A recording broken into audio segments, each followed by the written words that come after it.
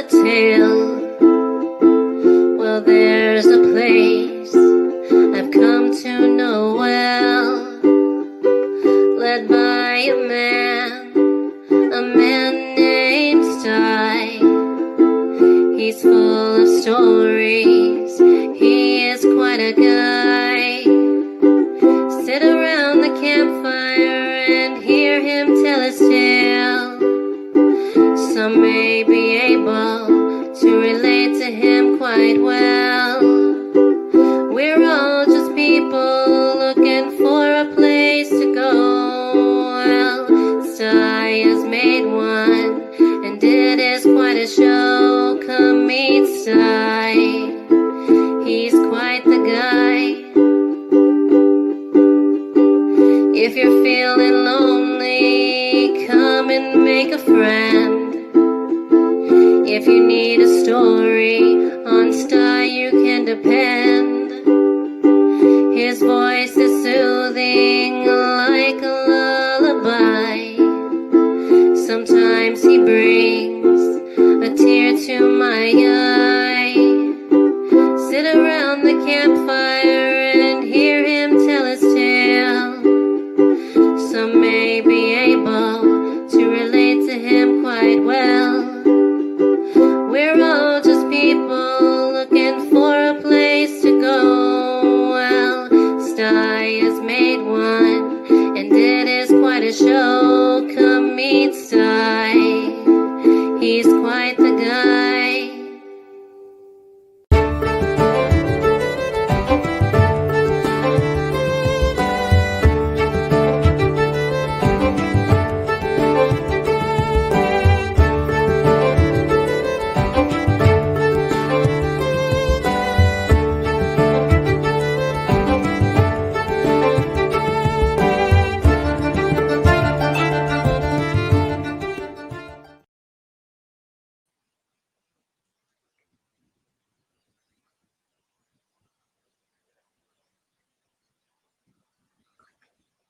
Good evening, everybody. Another Sunday, Sty Story time. Hey, I gotta start shouting out who all's in the chat over here. Right from the get-go, Crazy Ann showed up. There she is, yelling, hello, everybody. Then Gemma, Sterny Grace popped in. Hey, Gemma. Then we had Harry, Metal Music Maniac. Great to see ya. Patreon, Pirate. Awesome. Been seeing a lot of you lately. That's great. Love it. Love it. We got James with Chasing the Reaper. Hello, James. Then, oh, hey, where, oh, wow, boy, did that scroll in a hurry. Powerful mouse, I guess. Then Chowser popped in. Didn't think I was going to be first. No, close though there, Chowser. And then we got B Whistle. Hey, hey, hey. And, oh, this fella, he's down in the basement with Crazy Ann. There's Spicy. Everybody knows Phil that everything's spicy. If you haven't watched them, you've at least heard rumors, I'm sure. Yeah. See who else we got in here. Okay, I think there's, hey, William Simpson. How's everyone doing? I hope everyone's doing good tonight.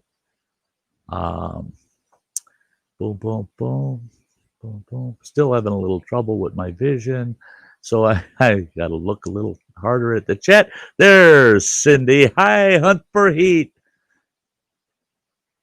And, boy, it looks like we're getting there. Getting there. Oh, there's the other person in our basement. There's Get Her Done Granny saying hi to everybody out there.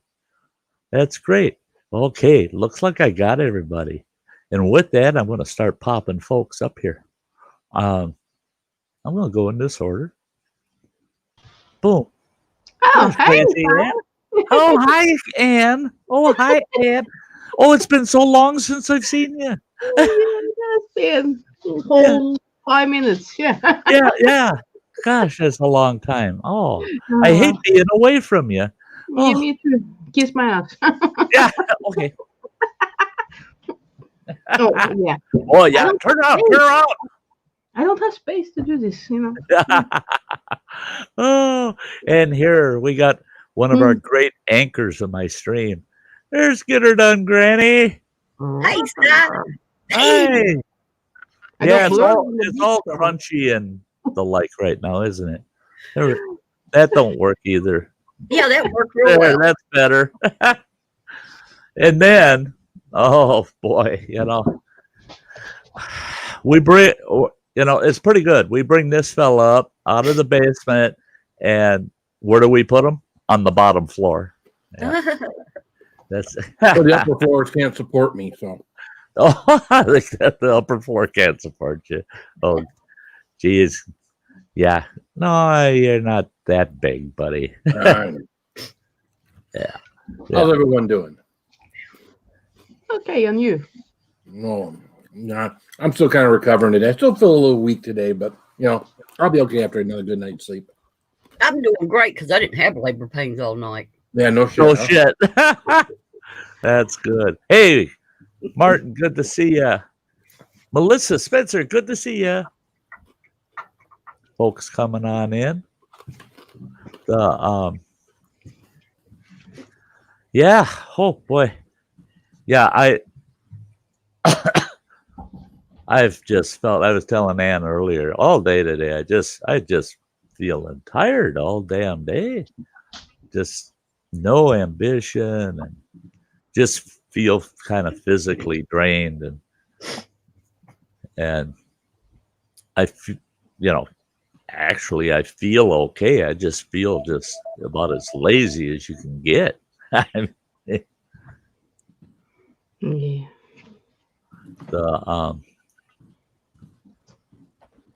What's a pirate's favorite letter? Hey, Mike. Hey, Mike, there you are, buddy. There you are, buddy.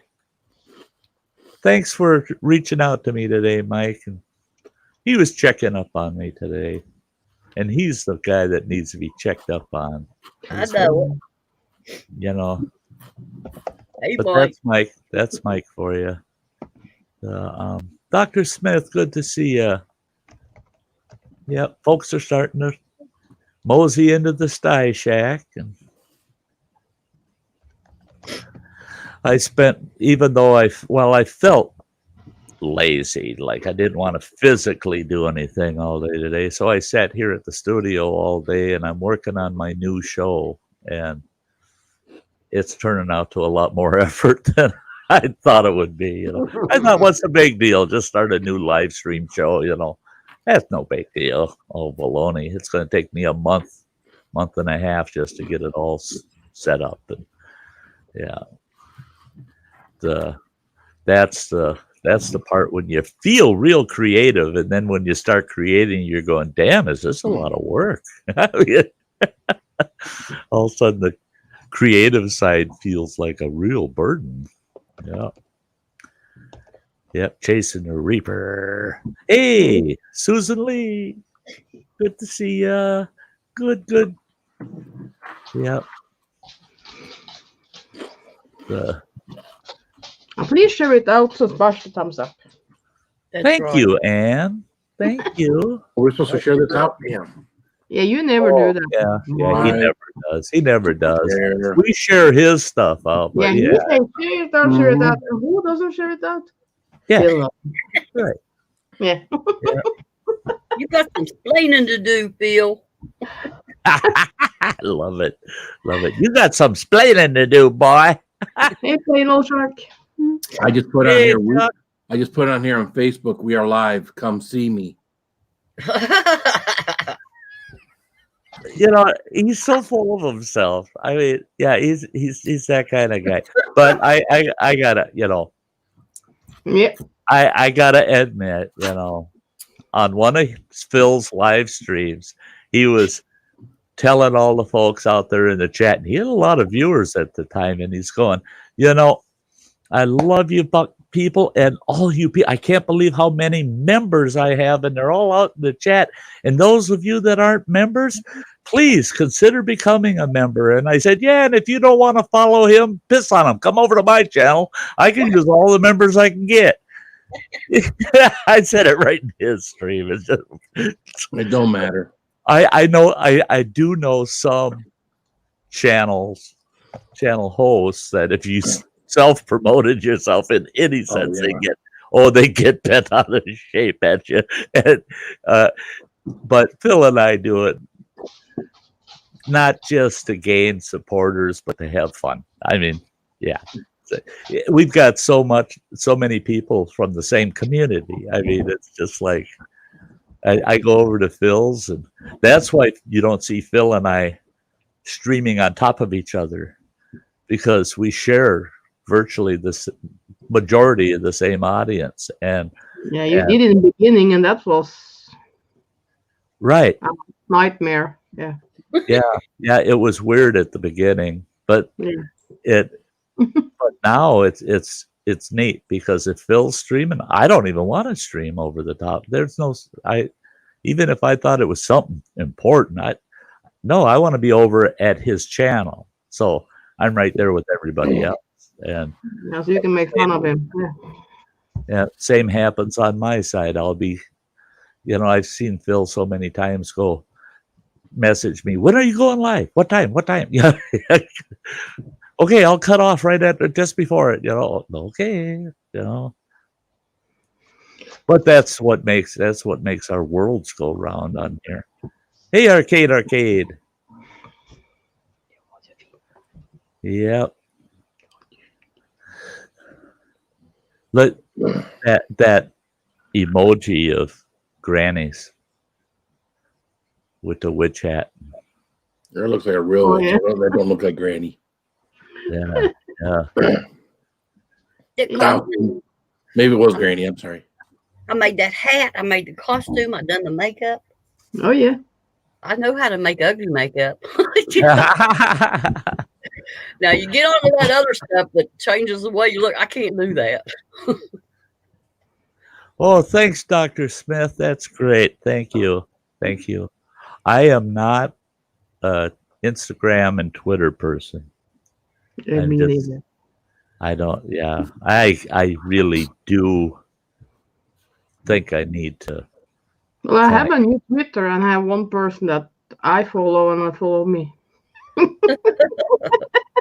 that's Samantha. On Twitter? Yeah. My Twitter account, it had been so long since I logged into it, it was on the old computer. Well, when I set the new machine up, I thought all my passwords were all transferred and everything. Nope. And I'm going, I don't know what the hell the password was for Twitter. Yeah, mine was blocked, so I couldn't get it back up. So I don't know what that. Yeah, I finally went through their process to change the password and figured it out and got it open again. But I don't use it. Same with Instagram. I got quite a few people following me on Instagram, but I only put one thing on there when I opened the account, and that's it. I've never put anything on there since. I don't post nothing over there because I don't get it. Yeah, I got a new feature coming to the channel.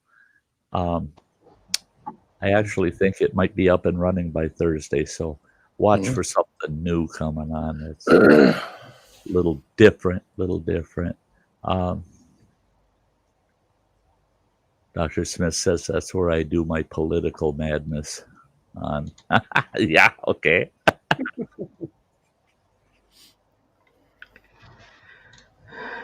Oh yeah. Yep.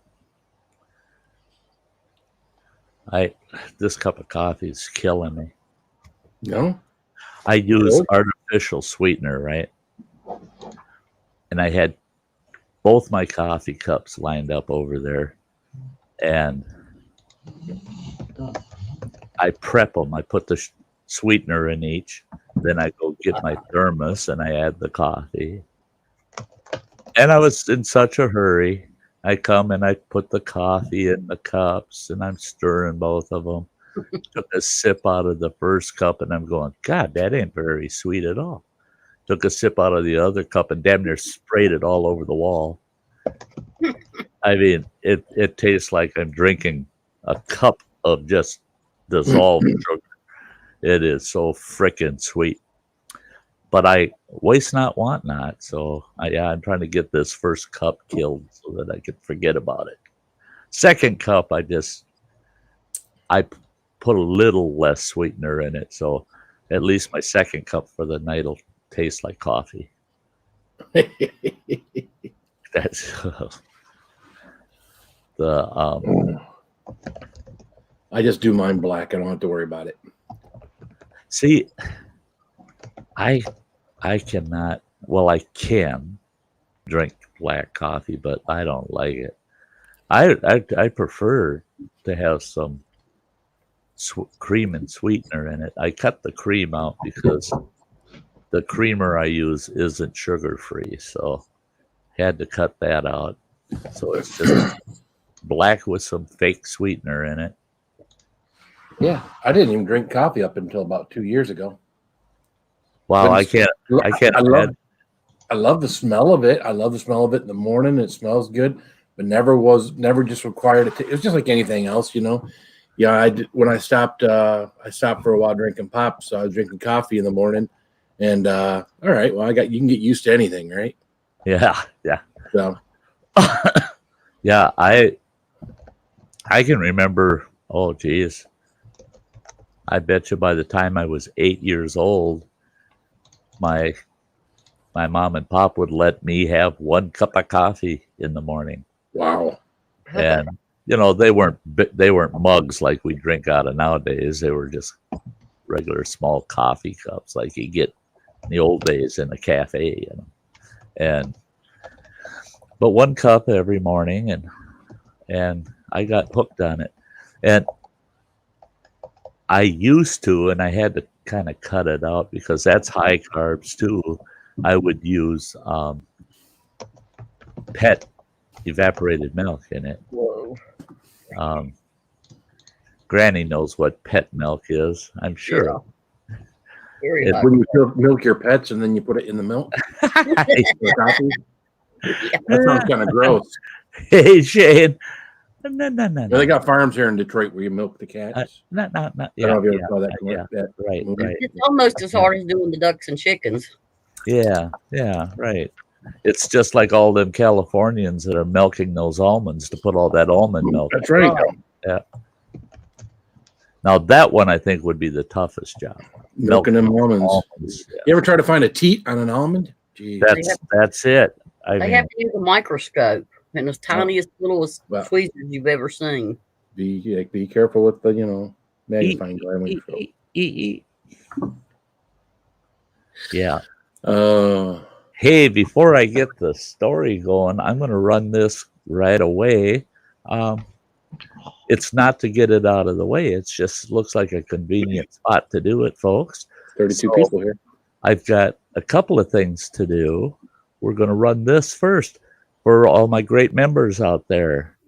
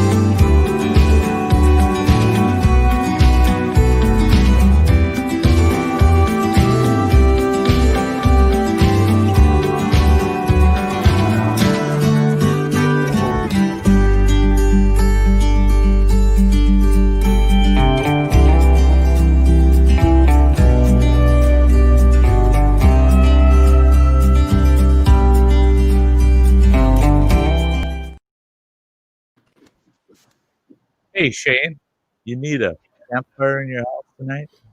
A little chilly there. A little chilly there. I was over Mountain Bushcrafters Alliance MBA. I do that on Sundays when Ellen up to playing music Sunday evening. Stream. Got him in and the stream all set up and everything every Sunday night. Well, tonight, yeah, it got really, it got.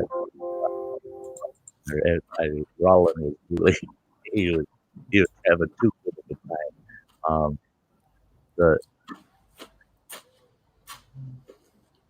Oh, hey, thanks, Phil. They told me to share it out, get that thumbs up. Something that you don't do typically. That's pretty cool. Oh, I do too.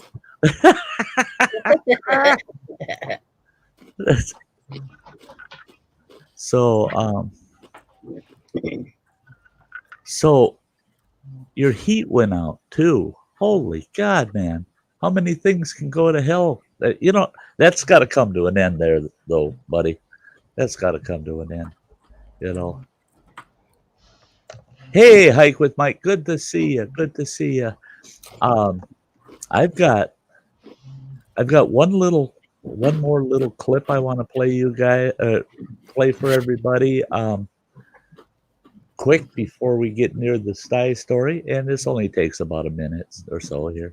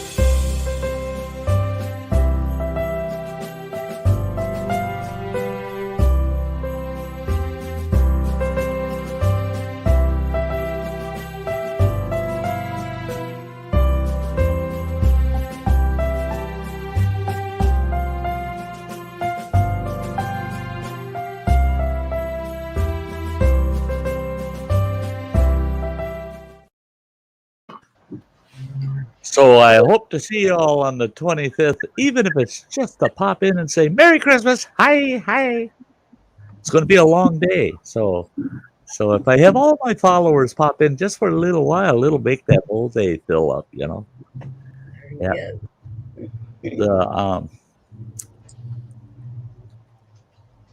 See what's going on. Hey, what's up, Tim?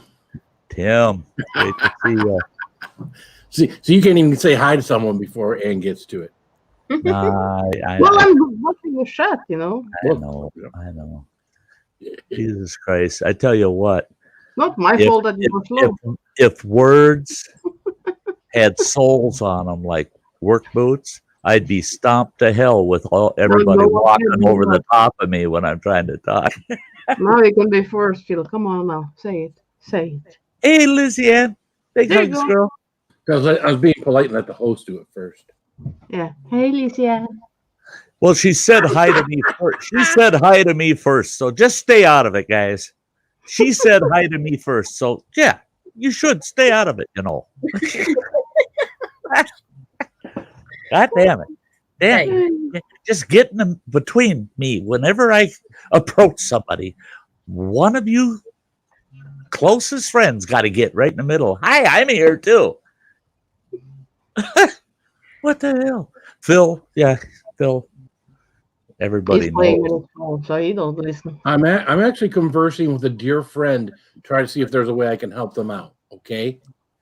Oh, we do. A dear friend. Huh? Is he doing anything to help you two out? Because he ain't doing nothing to help me out. No, he's not helping me. No. Yeah. Oh yeah. He just These wants to dear slap me friends. around. Oh. These dear friends that he all of a sudden starts getting, and we're He all always sitting. come with this, and this is his way to help me. Smack me on. Yep. Yep. So silly. So Anne's the official greeter. Yeah. Anne's the official greeter, and Phil's the doorman, and Granny's the hostess. No, I just sit here getting ready to take Well, care of let's see how it is if I'm not there, you know. Same with Phil, you know, and in his stream. Nobody say hello like to anybody almost. No, yet you all do a wonderful job here. I really, I might pretend that, they're walking all over. I love it. Oh, he's hiding now. Are you farting? Are you what? Yeah, but he hides. Yeah, maybe he was lifting his ass and yeah, you know. Oh.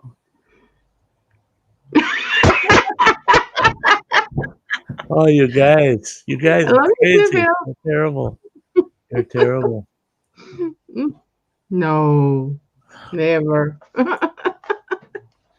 Well, I got a couple more draws off my smoke, and then we're going to get going with the Sty Story tonight. Tonight's Sty Story, by the way, folks, was inspired by Granny.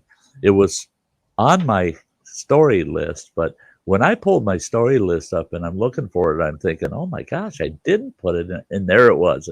And it was way towards the end of the list, so it would have been quite a while before I got to it. But she told us something that happened to her, and it triggered my story. It popped up. I'm like, oh yeah, that story's on the list. Gotta do that story now while it's fresh. Yeah. So tonight's story probably wouldn't have happened until probably close to this time next year. but yeah, we're gonna get it. We're gonna get it done tonight. I can't You gonna get it down? Hey, just popped in to say hello, everyone. I'm glad to see you survived last night, Spicy. Hey, neighbor girl. Yeah, he seems to be surviving. Yeah, he's doing much better now than he was last night. Much better. And it's good to see you, neighbor girl. And we understand that you can't hang around. That's fine. We understand. Thanks for ruining the night, Granny. Thanks for ruining the night. I was just telling him about that story in my stove, Mike. You know, my stove in here. Uh-huh. That Yeah. I tried to burn everything down with. Yep. Everything down. Yeah. Starting with me. Yeah. I was gonna say, holy smokes, you almost had to pull things down because of that stove. Gotta get out of these. Yeah, you don't want your pants catching fire. Yeah, especially in mixed company. Oh lordy. It could have been a heck of a video. I was doing a live stream when it happened. Really? Oh yeah, that would have been interesting, especially if somebody could have followed you around with camera. Mm-hmm. Yeah.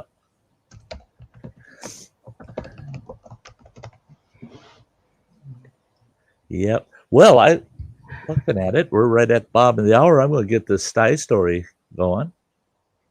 Throw everybody off to the side there. Okay. Yeah. Oh, so let's get her going. George catches fire. Okay, a little bit of history on who this George is.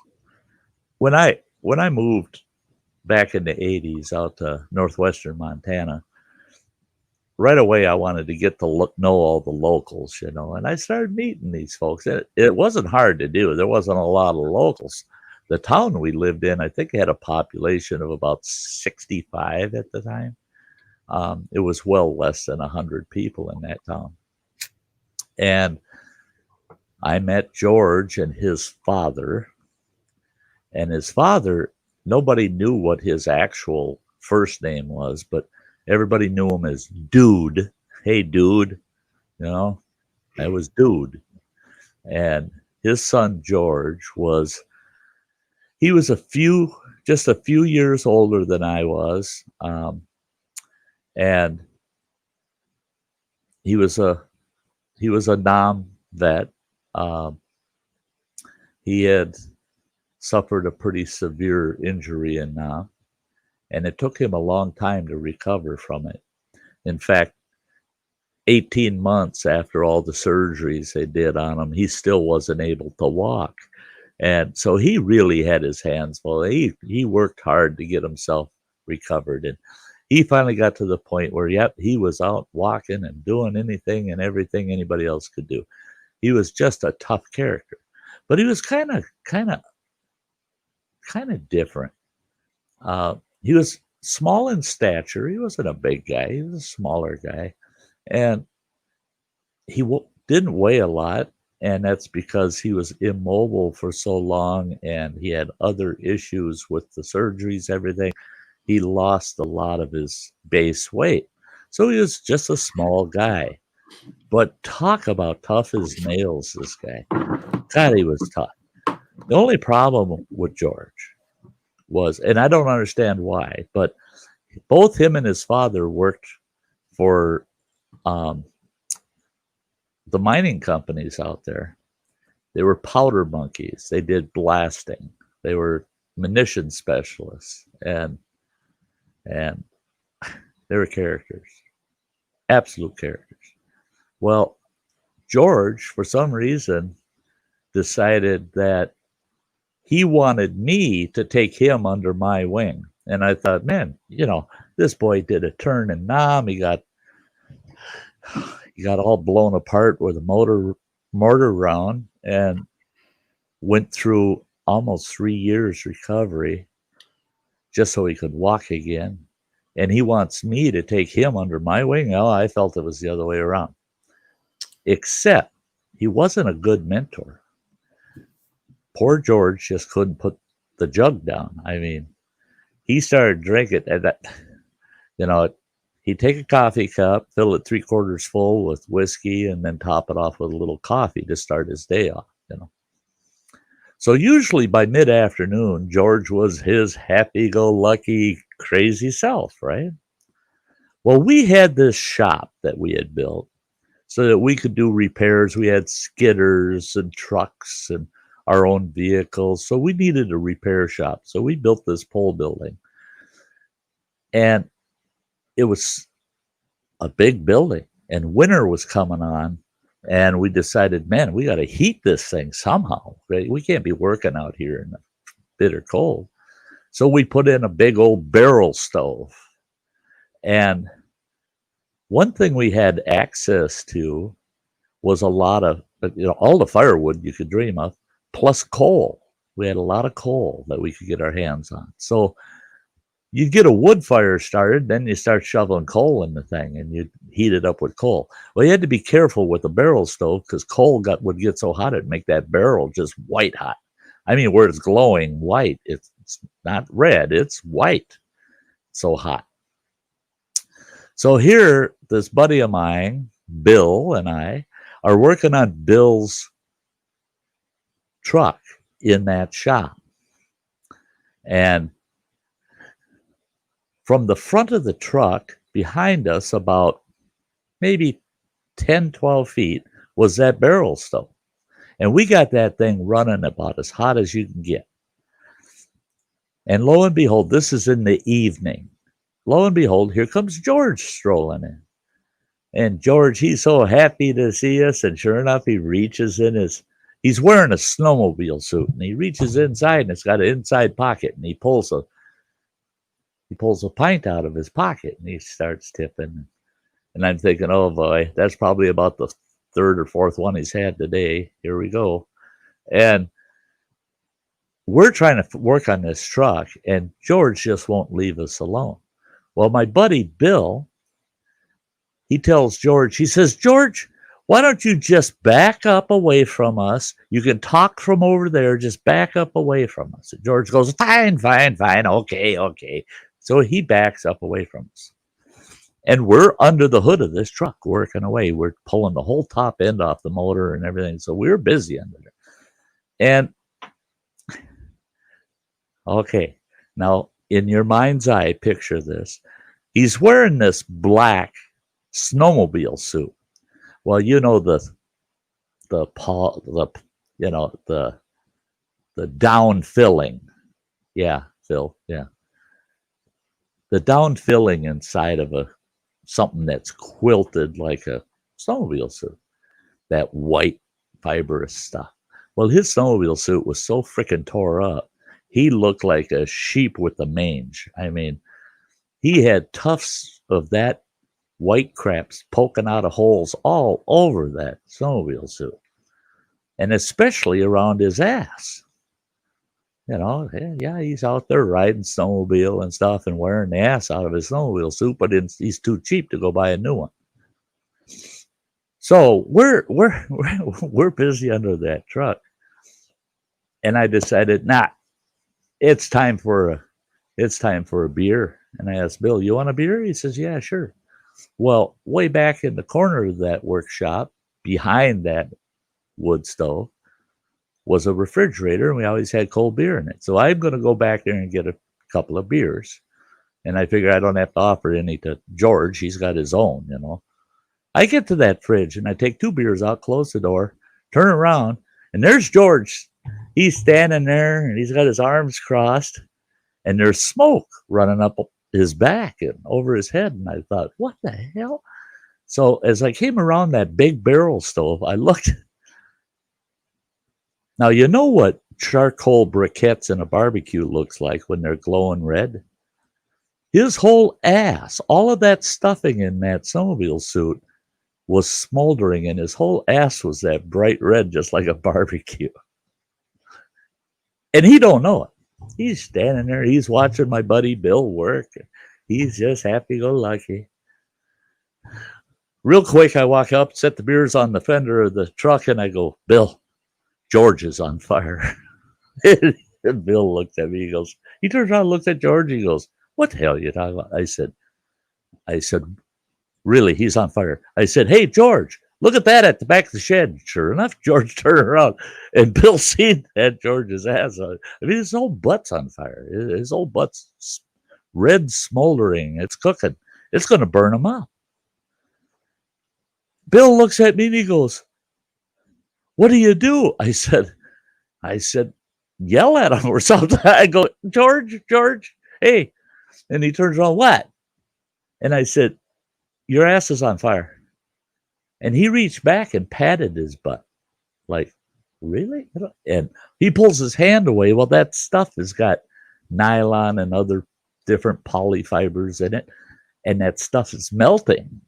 And it's stuck to his hand, and he's going, oh boy, there's something going on back." I said, "You are on fire." Well, he was so intoxicated at that point. He goes, "Do you have a fire extinguisher?"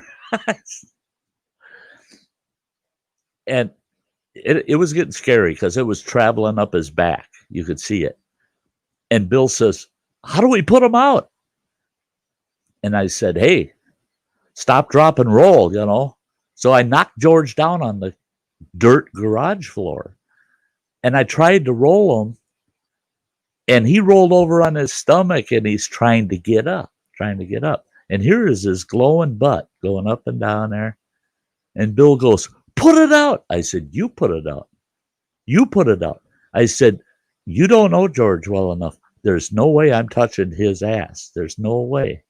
I said, you start patting him on the ass, you're going to really get an ass kick. Don't do it.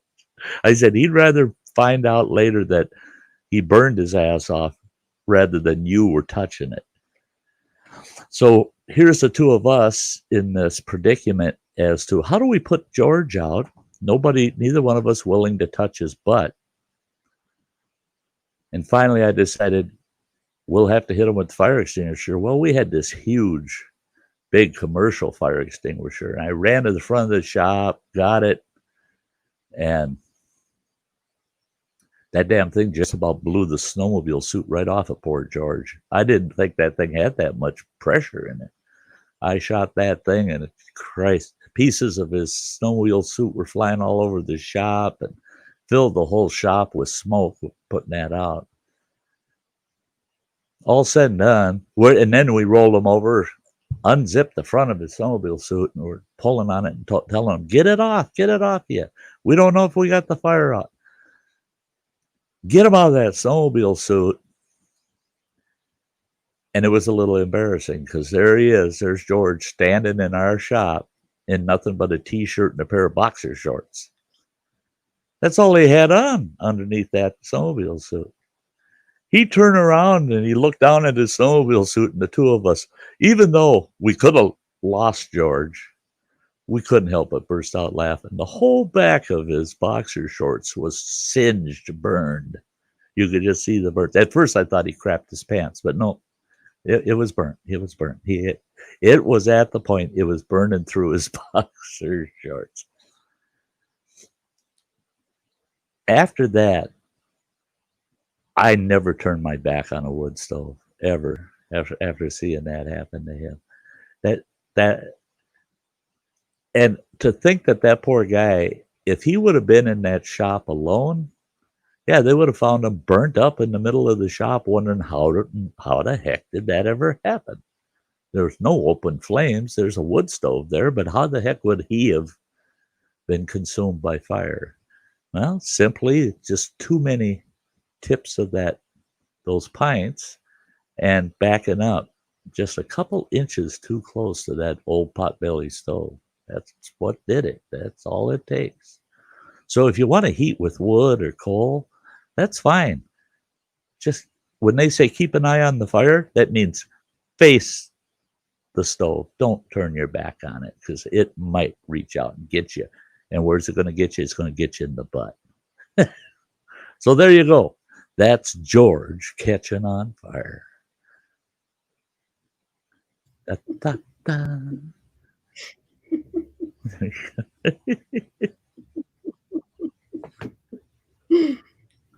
Poor George. I said in the chat, it says it brings a new meaning of the word fire ass. Fire ass, yeah. Yeah. No peppers involved. No peppers No involved. peppers at all.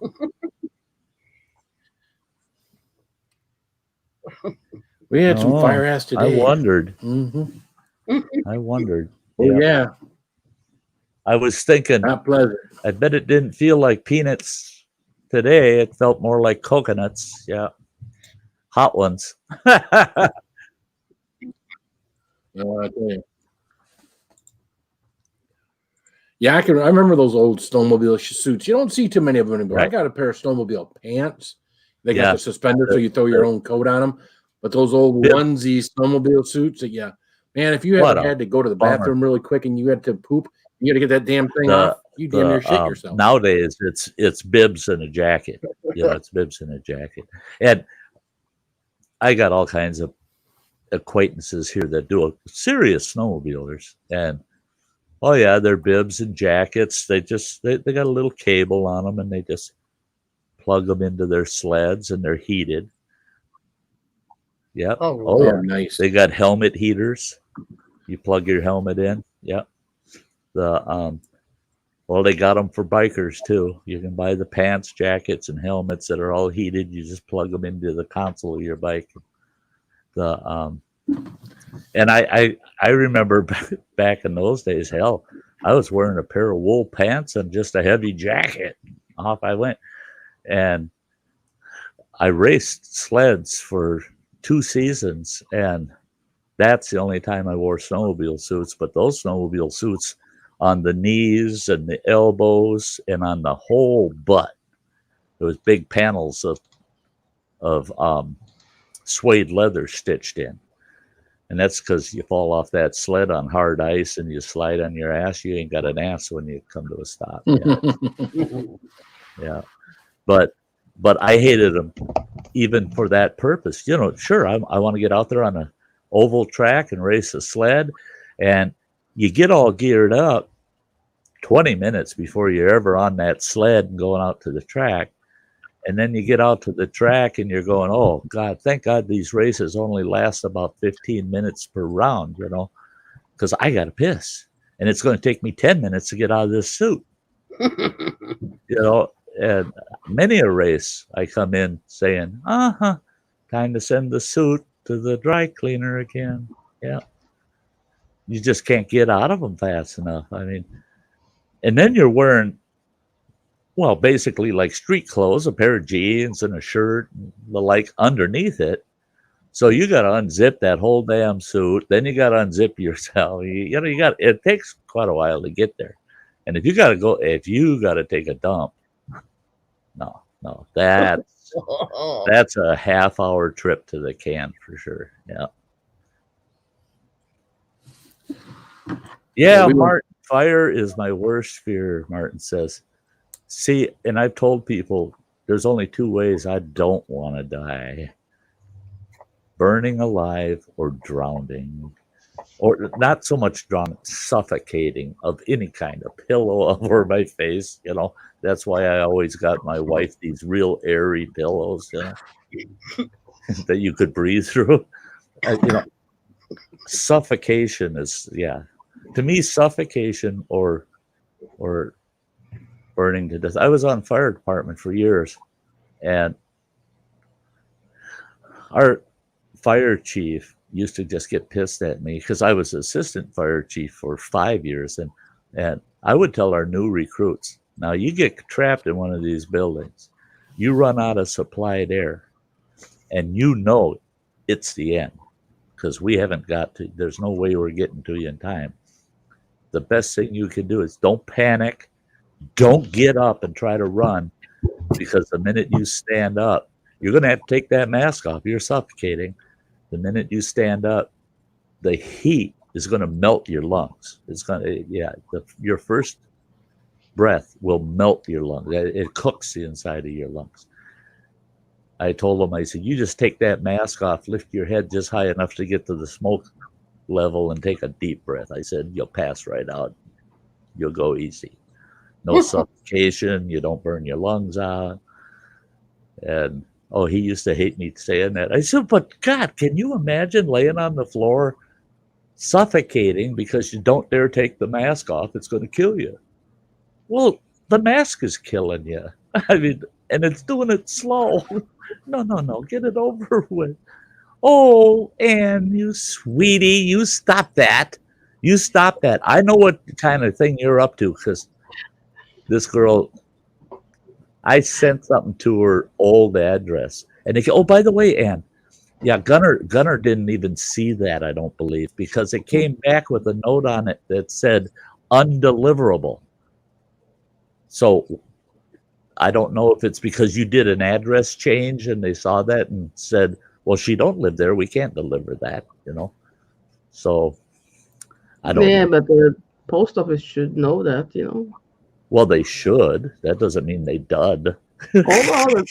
Most of the other posts I get, that I've got a new address if anybody in the chat wants it, I'll send it to you. I just send it out. I don't care. Oh. Well, I've got it now too. I asked her for it. I don't care. She don't care. She don't care. Send me something. That's why. Yeah. I don't live with a fucking ex, so I don't care. Send me. So yeah, earlier today she's ragging on me because what I want to send her, I'm going to send out now to the right address, and she says, "Well, let me know what it costs. I'll pay the postage for both of those shipments." I told her, "No, you're not." "Oh, yes, I am." "No, you're not." She's tough. You know, she's a tough one. And tried to explain to her, I actually have funds that are separate from all the rest of my money. And that's there always for mailing out to my friends and YouTubers and that kind of thing. That's a mailing fund. That's not taking anything away from me whatsoever. So now she sneaks in, throws that $5 super chat in there. Yeah, she's trying to pay the damn postage. She's up to no good. She's up to no good. Yeah. Asbestos snowmobile suits. Yeah, we had it was kind of weird in the mid 70s.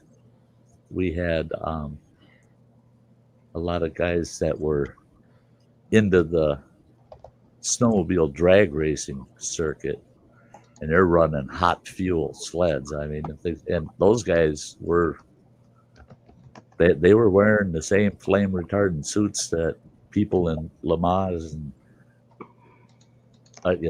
professional racers are wearing. And it's weird when you see a little snowmobile all of a sudden blow up on the track, and it's just a big ball of fire, and there's some moron hanging onto its horns. Yeah. Can't type, for fuck's sake. No, not the size. Since. Fuck it. Forget it.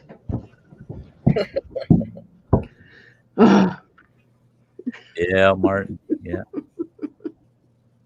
You can't type? Oh, it's been years since I have watched that, but yeah, I can't type. Fuck it. A normal person will understand it, but Phil wouldn't understand it. I'm not normal, so. No, he read what he see. He can't try to figure out what it means. You have to spell it the right way. And with me, yeah, that doesn't happen. Nope. Even in Norwegian language, I'm bad at it. Yeah. I can't type worth a shit anymore either. No. Which is ridiculous. I mean, I used to put together grant proposals that would have 700 to 900 pages, and I'd type all that shit up, type it all up, and I could type a document like that and have it ready to ship out in a week. Now I try to say something in the chat and it's a sentence long. It takes me about 2 minutes to get it typed right. Yeah. I hate that when I get done typing something and everything's got a red line under it. Yeah. I mean, how the hell can it all be wrong? I mean, you would have thought I would have got one word right out of the bunch, That's like typing with the phone, especially a new one, because that's in Norwegian, but that's still fucked up, It's not typing. You got many ways to type anyway. And then you have to type English and Norwegian, and yeah, it's jumping back and forth. Oh, it's a nightmare. Try to do that. I can't even. Spicy. I'm sorry, folks. I am having the worst time seeing the chat. You're goofy. Yeah. I made it more so it'd be yellow and show up for you. So read it for me. I can't see it. More postage money. More postage money. Everybody type in big. I haven't. Use your cap lock. I haven't stuck it in the mail yet, Anne. I'm going to show them what I'm sending you because I took it out of the other envelope, and that other envelope had so much crap plastered on it. I just threw it away. What? Mike is learning a little bit Norwegian. Yeah, he's doing a Google translation, right? Yeah. He did no sense in trying to read that. It's in Norwegian style. Yeah, he's almost right. It's not that I understand it. You can look as hard as you want. You're not going to understand it, Sty. No. Well, no, I translated it, and you know what it translated as? No. Sty is ahead of prey. No. I'll, doesn't- I'll show you what it. I'll show Yeah, you what it. yeah, I know, but it isn't that what is meaning. But yeah, That's what it translated as. Look yeah. at that. It says Sty is an asshole, but yeah. If it's been typed the right way, you know, it's been an asshole. I think he Yeah. was trying to keep that private there. So, No, I'm. Yeah, you know. Hey, it's not like he does me a lot of favors, you know, when it comes to communications. You know, he does me a lot of favors. I'm telling you, that's one fella that's helped this boy out. Now, but when it comes to conversations, he doesn't do me many favors. The That right and eating candy and ice cream in front of me. I mean, he doesn't do me any favors there either. there's the dialect I type in, you know, with that funny letter. What the fuck is that? The Gummy bears, bulk gummy bears. just normal gummy bears, nothing. yeah, I was like, if that was the other kind, oh god, yeah.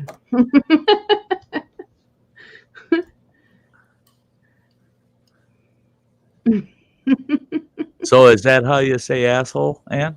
Yeah, up here it is, you know, Yeah. because I'm like, How do you pronounce it? Eraserd, What? Eraserd, Yes, sir. What? Eras? Was that it? Eras? Eraserd. Or- Arasad. Right. Arasad. Heard. Heard. Heard. Heard. Heard. Heard. Not R. Heard. Heard. Eraserd. Heard. Eraserd. Lord have mercy, God. Like, I live in the countryside and we talk really wide up here, so it's almost like Kentucky, you know. You got a wide language. Oh god, yeah, there it is. Oh, That's what I'm sending, Ann. Well, I tried to send. I'm gonna. come to mama. Yeah, it's the 7-movie collection of all the Smokey and the Bandit. I only see 4. I don't know why, but yeah. Yep, there's Smokey and the Bandit, Smokey and the Bandit 2, Smokey and the Bandit Part 3, Bandit Goes Country, Bandit, Yeah, Bandit because- Beauty and the Bandit Silver Angel. So Yeah. there's 7 movies. There's Well, 7. And the with bandit car- does Dallas. And Yeah. but if you look at the car, it's the 77. That's the first one, and 79. I Yeah. guess the other one, and then it's 81, and maybe 83 or 85 is the other one. I'm not sure, but yeah. Yeah.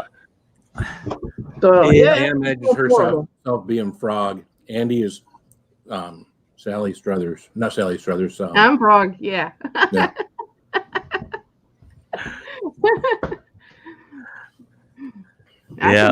I can be a little bit froggy. I can I jump around in the car like yeah. Yeah. Hey, Martin. You know what? And the reason I'm sending that to Ann, it's open, but I never watched any of them. I opened it planning on just going through and watching them all. But once I got the wrapping off of it, I thought, I should mention to Ann I got this. And she goes, "Oh my gosh, oh, I love that. She says, I got what is it? 1, 2, and 3 Yeah, or 1, 4 2, of them. 3, 4. Yeah. She says on separate discs, and I said, "This is the whole set all together, all 7." Oh, I'd never seen that. And I said, "Well, I'm going to send it to you. I'm not even going to watch it. I'm going to just send it to you." "Oh, no, you don't have to. No, you can't do that. The price of the set plus the shipping." Mm-hmm. I got that for $3.63 at Walmart. Yeah, that's cheap. And there was about 15 of those in that big bin. So I went zipping over there the day I told Ann, "I'm sending that to you. I'll just go buy another one." I got over there. They're all gone. They're all gone. Boy, if people saw that, they just snatched them up. It's popular, so yeah. Yeah.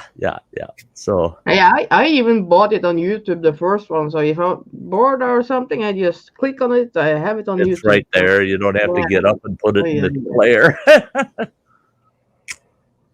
We call you the bandit. Yep. Eastbound and down. Yeah. Oh yeah, I listened to that today. Oh yeah. Eastbound See and now, down.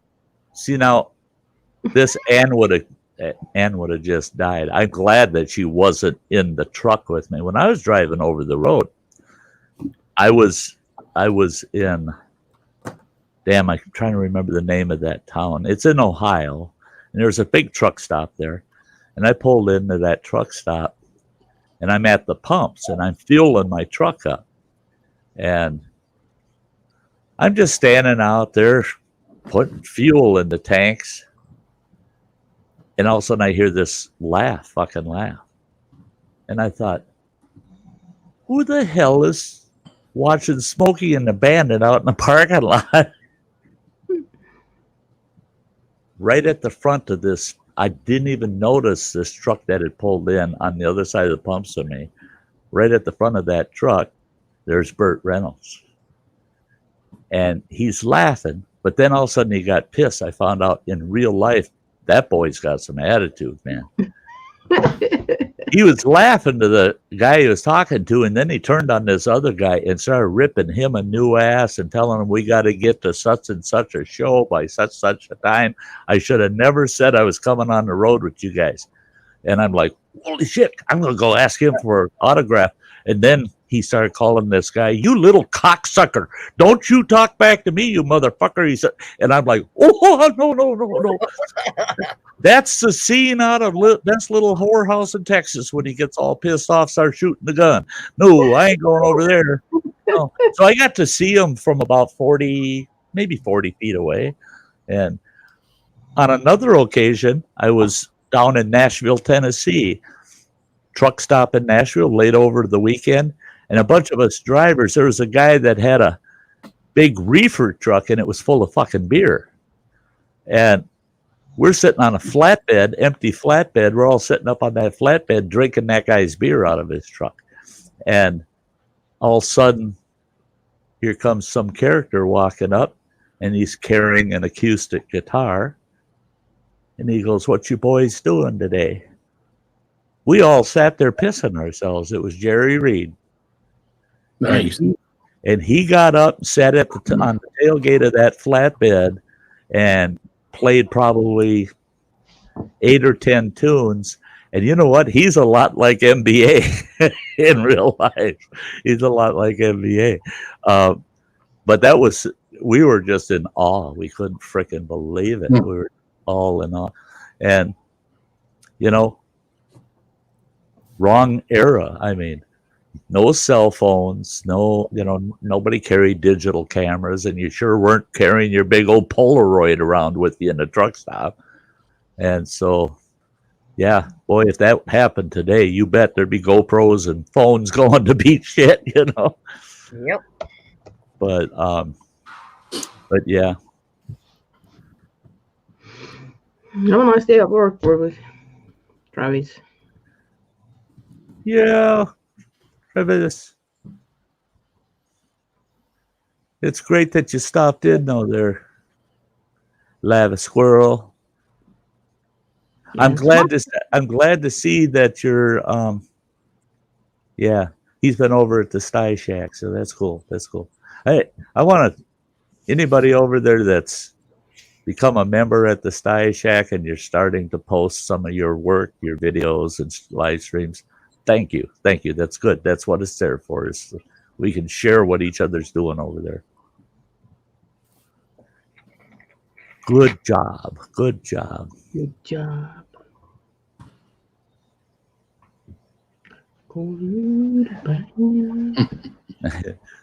Oh well, nah, you couldn't fill a tractor trailer's tanks for $20 even back then.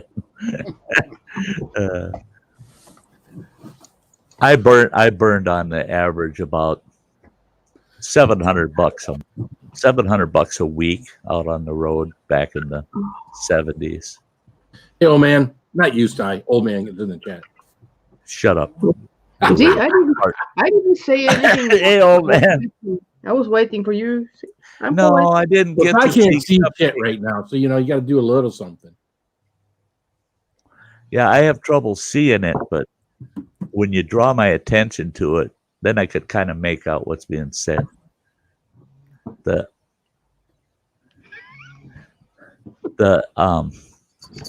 got to take a quick look at something here.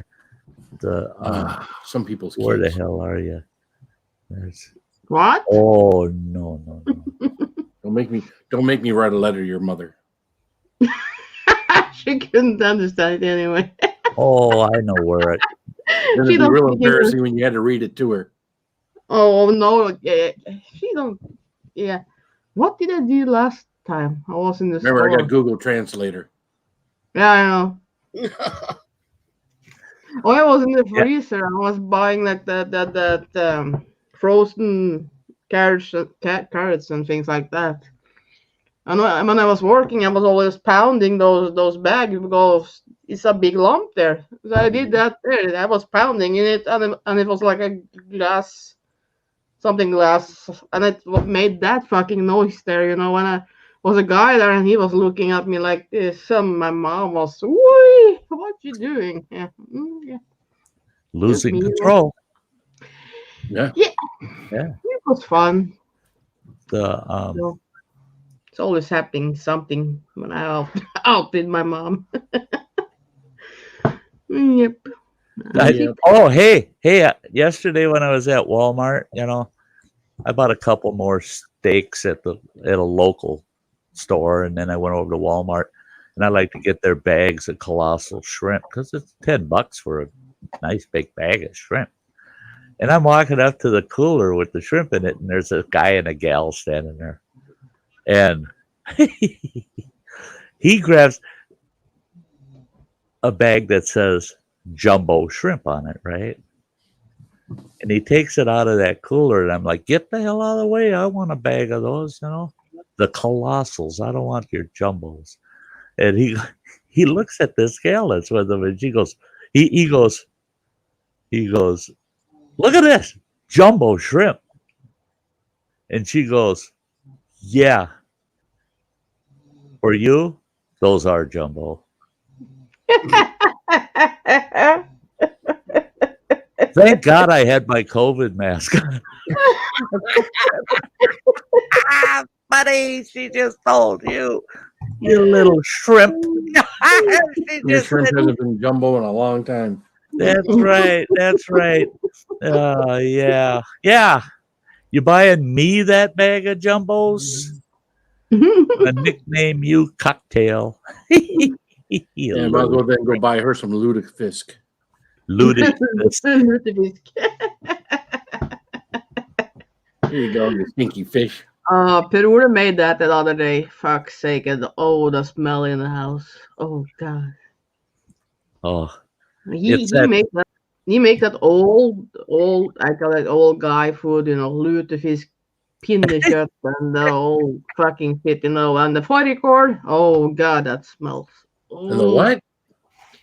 That's cabbage and sheep. You boil it, and it don't smell. And he has it for like 3 days, and I just smell that fucking smell. Oh God! He must have been farting all over the place too. No, that guy doesn't fart. He doesn't fart. No. Well, in sleep he fart, but yeah, you do. Yeah, you can't hear he fart. How do you know he's farting in his sleep? Yeah. Phil, that's what I got you here. You ask those questions. How do you know? Why is it that you know? I've for been a in his fact that family he for farts 20 in sleep? years, Over 20 years. It's 22 soon. Yeah. See the sheets go. I don't know. That comes back to the old keep it in the family. It's safer that way. Yeah. Yeah. Yeah, that's that whole inbreeding thing they do there in Norway. What did you say now? Huh? Da-da-da-da-da-da-da. You can be very happy that I don't live close to Michigan. That's no kidding. I count my Maybe- prayers every day. Maybe one day you got home with a black eye and you have to explain Connie why you got that black eye. Yeah. Yep. Or both. She wants to know why I don't have more.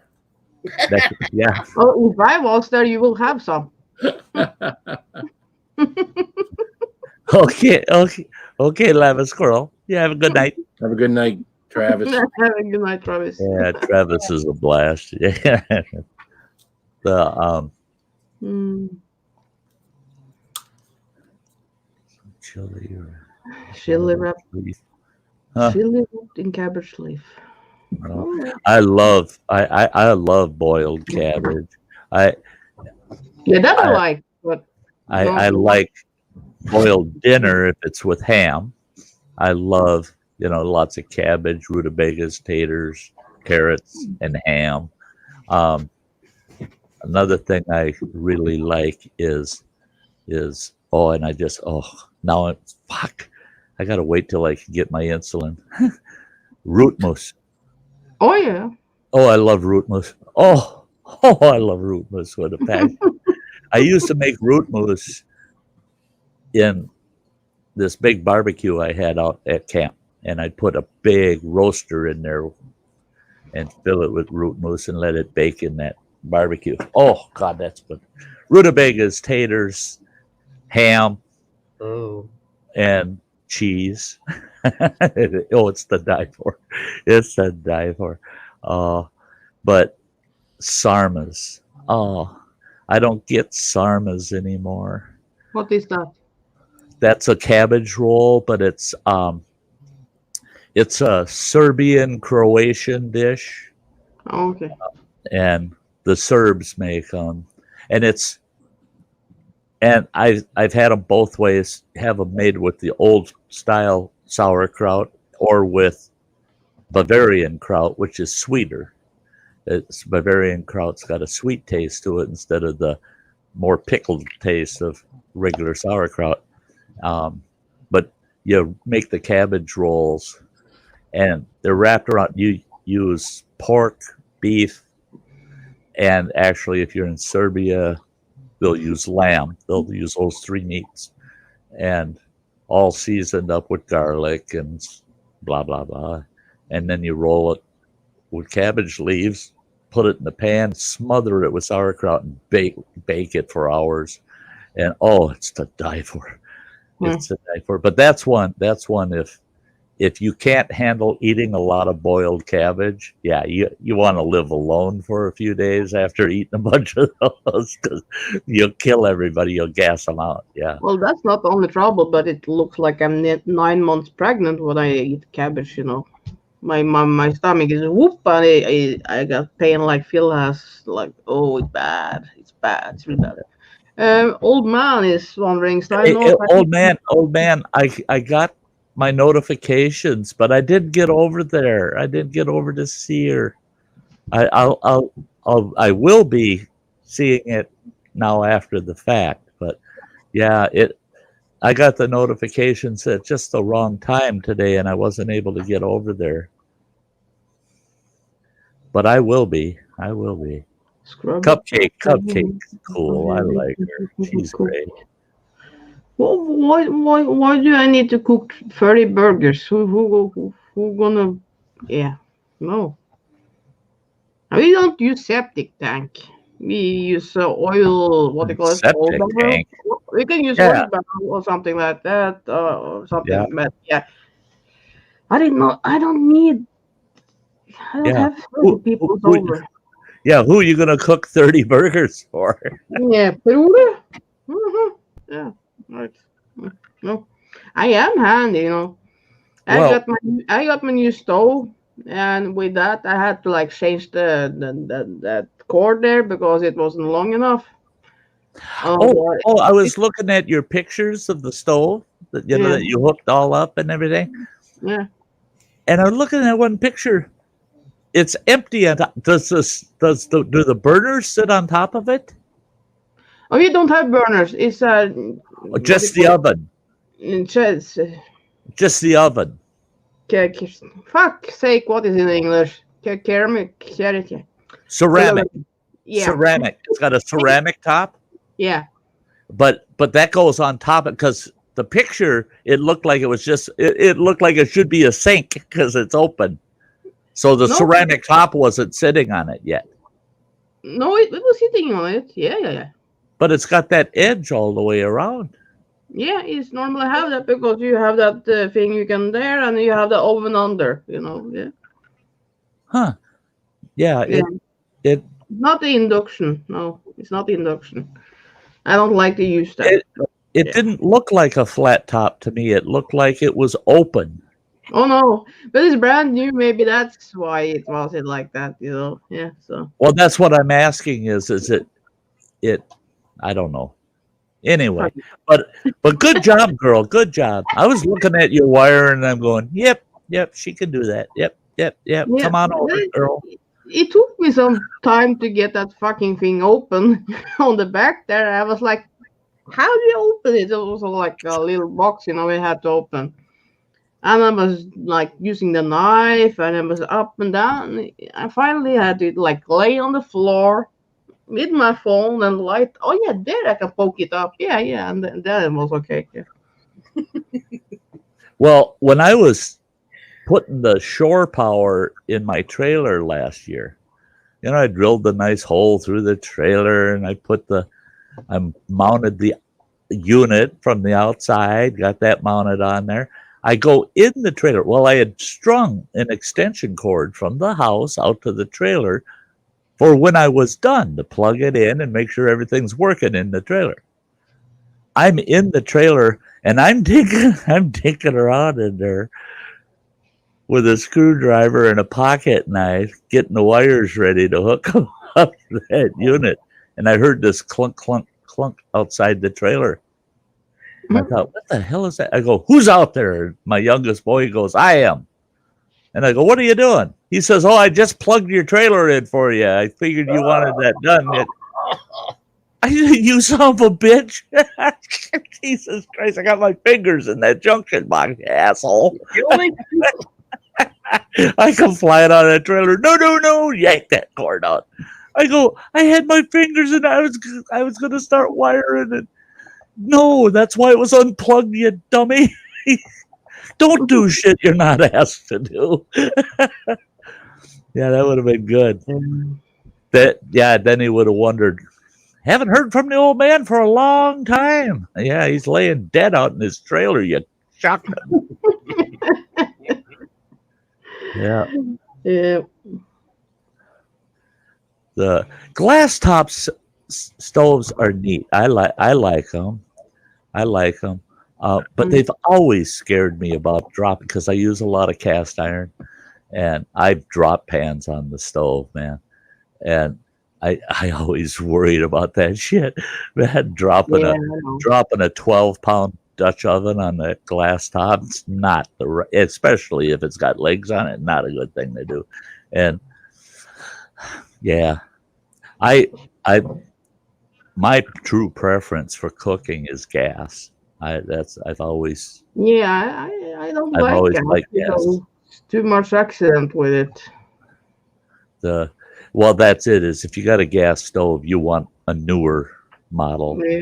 And you want to make damn sure that it's got automatic shutdown on it. Electronic ignition, no pilot lights. Old gas stoves. You wouldn't believe how many times I've lost beards and eyebrows due to them old gas stoves. Lifting the bottom of that oven up, going in there with a match, and all of a sudden, whoop! Yep. Oh shit! Put things out. I used it a little bit in the RV, but I don't like it. Like last time, I asked him to take a look if it could be a leak. It can be a leak if you those what do you call it? Almost says hose. What do you call it? Is it hose? Oh, sure no. Oh, sure no. Oh, fuck's sake. Now forget it. Yeah, I can't find the word now. Oh, stupid motherfucker. Yep, yeah, yeah. So what's next?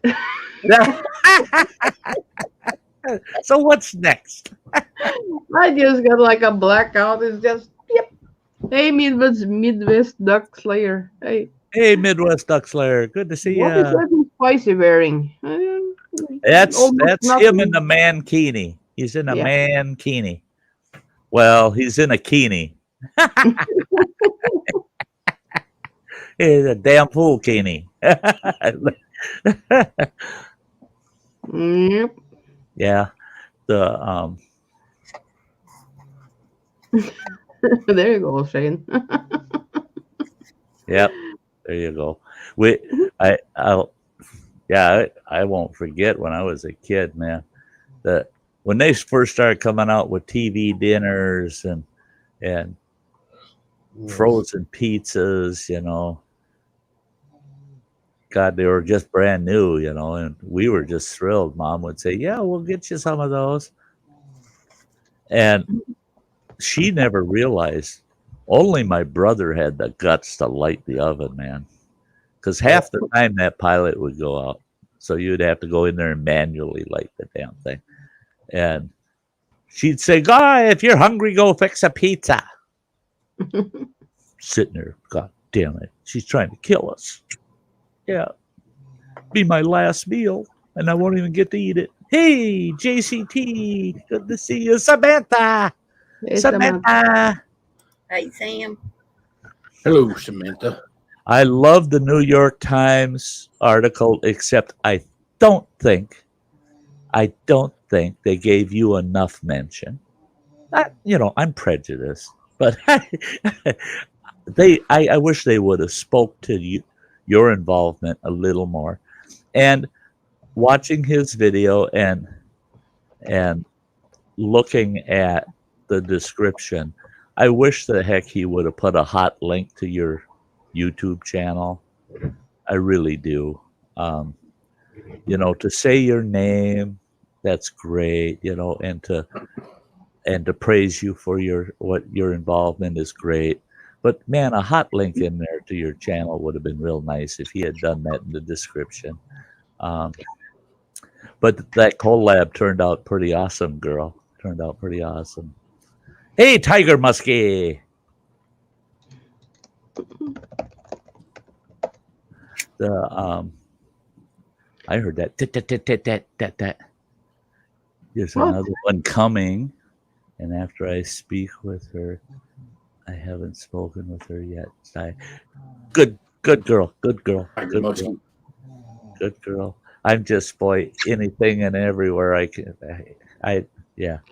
Trying to promote Sam. She's so good. She's great.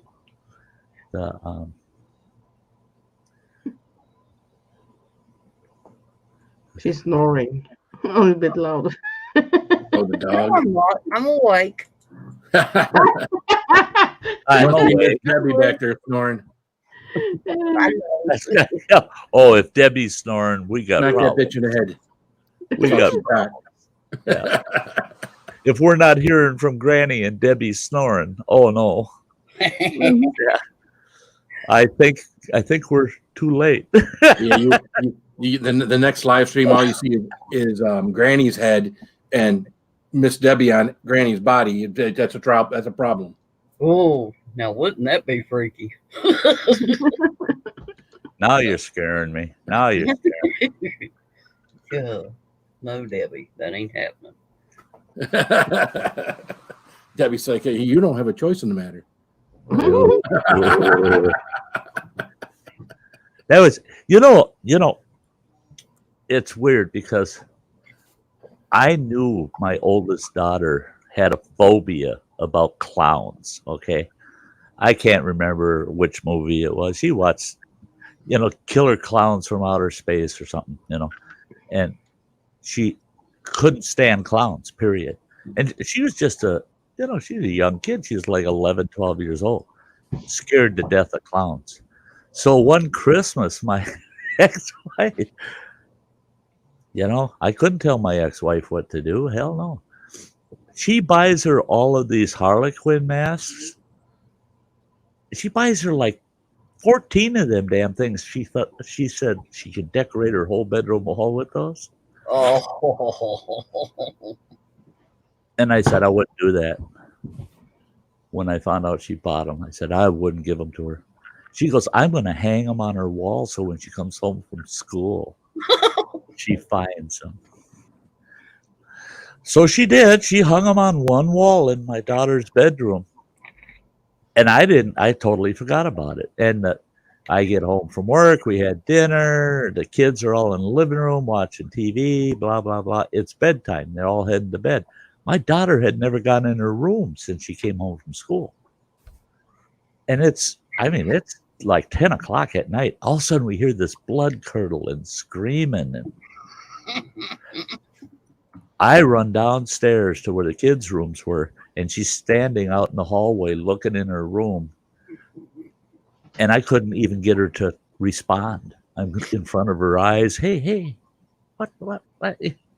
And I looked in that room and, oh, my God, above her bed, one big goddamn long wall is nothing but these clown faces. That girl was never the same. She still ain't the same today. And, boy, don't walk in her house with, I mean, it can be a little plastic clown that tall, or it can be you dressed up as a clown. Both are dead. Yeah, no clowns, no. Yeah. Hey, Bradley. Yeah, I'm not a fan of clowns either. You don't like clowns? Or dolls anymore. The porcelain dolls. Yeah, that's. My wife collected dolls, and I did that too. Till I was starting falling down at my mom's house, and yeah, after that, yeah, no. I think there's a lot of dolls that creep me out. Yeah. Yep. We were actually exploring in an old abandoned house. It had been abandoned for like 30 years. And we're snooping around that house, and in one of the rooms was a porcelain doll. And it was an old doll. You could tell it was really old, but it was in perfect condition. It's like someone's been taking care of the son of a bitch. And you look at the rest of the house, everything's covered in an inch of dust, and not that doll. I told the wife, I said, whoa, see that shit? And she goes, what? I said, that doll. Oh, cool. I think I'm going to take it. I said, don't touch it. Don't go. We're getting the hell out of here. I said, there's some inbred cannibal living in this place. And they got their freaky doll sitting there in the corner. No, we're getting the hell out of here. And I went back to the truck. There's no way in hell I ain't staying in there. I told her, I said, if you get killed in here, I said, they'll make a movie about it. Yeah. God damn it. And then she comes back to the truck and she's got this grin on her face. And I could tell that her jacket was bulging. I said, you don't have that son of a bitch under your jacket, do you? She goes, just go home. Just take us home. God damn it. Oh, that thing freaked me out. She did finally agree that she put it in we had a den. And she put it in the den. I told her that you ain't putting that son of a bitch in my bedroom. Ain't happening. Not having some old freaky looking porcelain doll in my bedroom. Well, when I come in here today, she was turned like this. I never even thought about it. I had to turn her around. Yeah. I wouldn't have that. I swear to God, she was turned like this. I'd tell you what, I'd be grabbing a hammer and some nails, be nailing her ass right down to that shelf. She ain't moving. And then if she turned her head, if you walk in, her head's turned. That's when you go back and get the shotgun. Yep.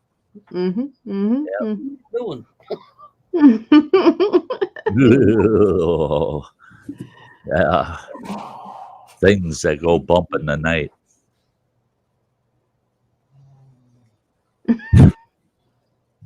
Damn it. Damn it. Damn it. Damn it. Damn it. Well, I think Dennis liked the thing I sent him today. It was hey, ZX24B. Keep the adventures alive that I did after I completed the second Tube of Terror. Yep. But he's like, I'm going to have to figure out how I'm going to fit that in. Dennis said that? Yeah. He's like, I got to figure out how I'm going to edit this in. I was like, okay. Yeah. I thought I'd send him another one if he needed me to, but there you go. There you go. And then of course I sent Extreme Heat Challenge Aaron Minter his too. So Yep.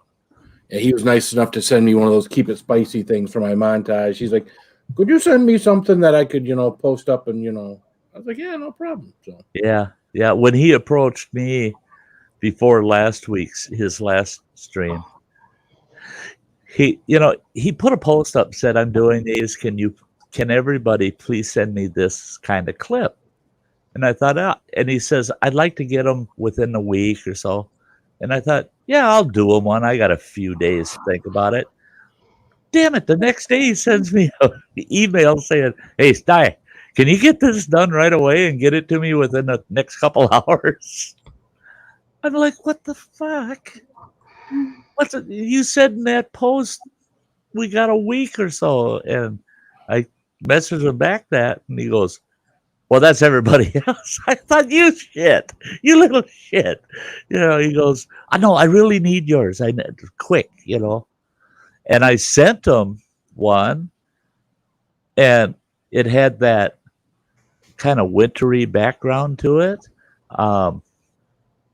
And he says,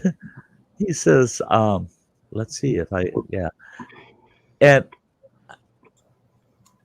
yeah, it had this background to it. And I thought, well, I should do a second one. And I did a second one with this background. And I said, I hope one of those works for you. And he says, they'll work. I got a new background too for this. I like that. That's the background for my new show. it looks like you're hanging on a dartboard. Watch it. Board. Watch it, buddy. That's my new background for my new show. Now, hey. What? I'm playing darts. Shh. So I went to all that work and I made a couple clips with each background, sent them to him. And I said, I hope one of those works. He goes, well, I really like the one with the lake and the canoes, but you didn't say your channel name or who you are or nothing. So can you redo it? First of all, I got to do it before anybody else. You got to have it right now. And then once I do it, you tell me, well, you didn't do this. Do it again. I told him, I said, okay, it doesn't take that long. But so I had to take it like, 4 or 5 clips before I got the right one to him. And, but yeah, that's cool though. He's doing that with all the channels that he knows, and he wants to be able to put those in his intro, a new one every time he does a show. So that's keep the adventures alive. That's right, and keep them spicy. I'm still keeping it spicy. That's where I just came from. Yeah. The challenge is still not over. Is it down to a slow simmer now? Yeah, it went from being about 13 million capsaicin down to about 1 million right now. Yeah, there you go. It's not that I'm glad to hear that, but that I'm happy for you. Yeah, it'll get back to normal someday. No, you won't. There ain't enough normal about you, Phil, that you'll ever get there again. You know what I found today at the store? They had a candy store in the grocery store today. Where is it? I don't have any lights on down here. Candy store in the grocery store. Isn't that normal? No, not in the grocery store, in the shopping mall. So, you see candy store in the shopping mall, thinking, well, maybe they got something old in there I've never seen before. Maybe pick something up. Nah, that wasn't what it was about. But I did find this. Gummy gumbo. Hot pepper. It's 2.75 ounces, and it's got jalapeno and ghost peppers really in it. It's big. The thing is giantgummybears.com is the name of the channel. Huh. It's a combination of cherry orange and sour apple. So, by the sounds of it, especially the size of this kind of thing could be kind of high. So, yeah. So we'll be testing this out maybe tomorrow night. Maybe we'll eat this thing tomorrow night. Cool. Because I was surprised when you said ghost pepper. Yeah, ghost pepper. I mean, because again, you can get stuff with ghost pepper from a regular store and it not be hot. So we'll see. This was in their Mexican candy scent. Holy cow! How 5 pound? 5 pound gummy bear? No, it's 2.75 ounces. No, I'm looking at the site there. Oh, there is a 5 pound gummy bear out there. Yeah. That's insane. That's insane. Oh God. Yeah. Okay, you guys talk about your gummies. I'll be right back. Okay. Condoms? What? No, what? Are you chewing on condoms again, Ann? I tell you about chewing on condoms, Ann. They're not good for you. It's like the chewing gum that never goes away. Stop chewing on condoms. The spermicide is bad for you. I'm telling you. Listen to me. It's not good for you. Yeah, I never chew on a condom, but whatever. No? Yeah. Okay. Look. That is Look not- at balloons. That is not how you use it. I use it as water balloons. Remember me blowing those condoms up a year ago or so? How big those sons of bitches would get before they finally blow up? Boom! That was fun. Yeah, that was a little over a year ago. I think that was was that No Shave November or one of those months where we were doing testicular cancer awareness or something like that? Yeah. Always aware of where my testicles are. Always be aware of where your testicles are, gentlemen. Just saying. It's important. I haven't used a condom since I was teenager, so yeah. Well, if you're using condoms, that really kind of scares me now.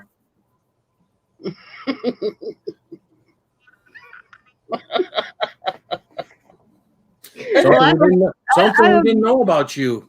I don't use them like that. I don't have a dick to put them on, but yeah, no. Good to hear. Last time I checked. Good to hear. I thought we had breaking news here on the Sty North show. Crazy Ann no longer wears condoms. Nice commercial. When you did wear condoms, what size were they? Were they at least the big ones?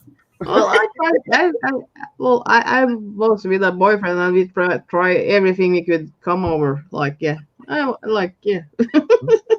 With taste and black and it was color and they was glow in the dark and glow in the dark. Yeah. Okay, has everybody received so their how does that work if it glows condom in the dark? When it goes in, how can you see if it glows? How can you see if it glows when it goes in the dark? If it goes in the dark, how do you see it glow? I don't understand. If it comes out of the dark. That's like taking one of those glow sticks and how do you know when it's glowing? In your pocket and pulling it in and out of your pocket. Too? Well, it's more fun when you don't put it in, and you can stand there and you whoop a little bit. Is it glowing? I can't see. Is it glowing? You can make those light circles, Yeah. That's the fun part. Turn off the light, when you see. Like I say, I have fun with my sex life. I had for a long time ago. But I like to have a little bit fun. Not so serious. Fuck it. That's not so serious. No kidding. Yeah. Seriously. That was that John Ritter movie back in the day where they were the one guy was naked in his wife's bedroom and he come home, they turn off the light and the guy jumps underneath the bed and John Ritter gets up and he puts his glow in the dark condom on and next thing you know you see the lights go off. There two peckers jump chasing each other around the room. That's funny. Yeah, so yeah. Mm-hmm. You have to look that one up. I forget what the name of the movie was, but it's John Ritter. Yeah, I have seen that. The old Jack Tripper, John Ritter guy. Yeah. Yep. The late great. Didn't he wind up being gay when everything was over with, or not? No, maybe not. When everything was over with. No, maybe just. Usually they are before they start.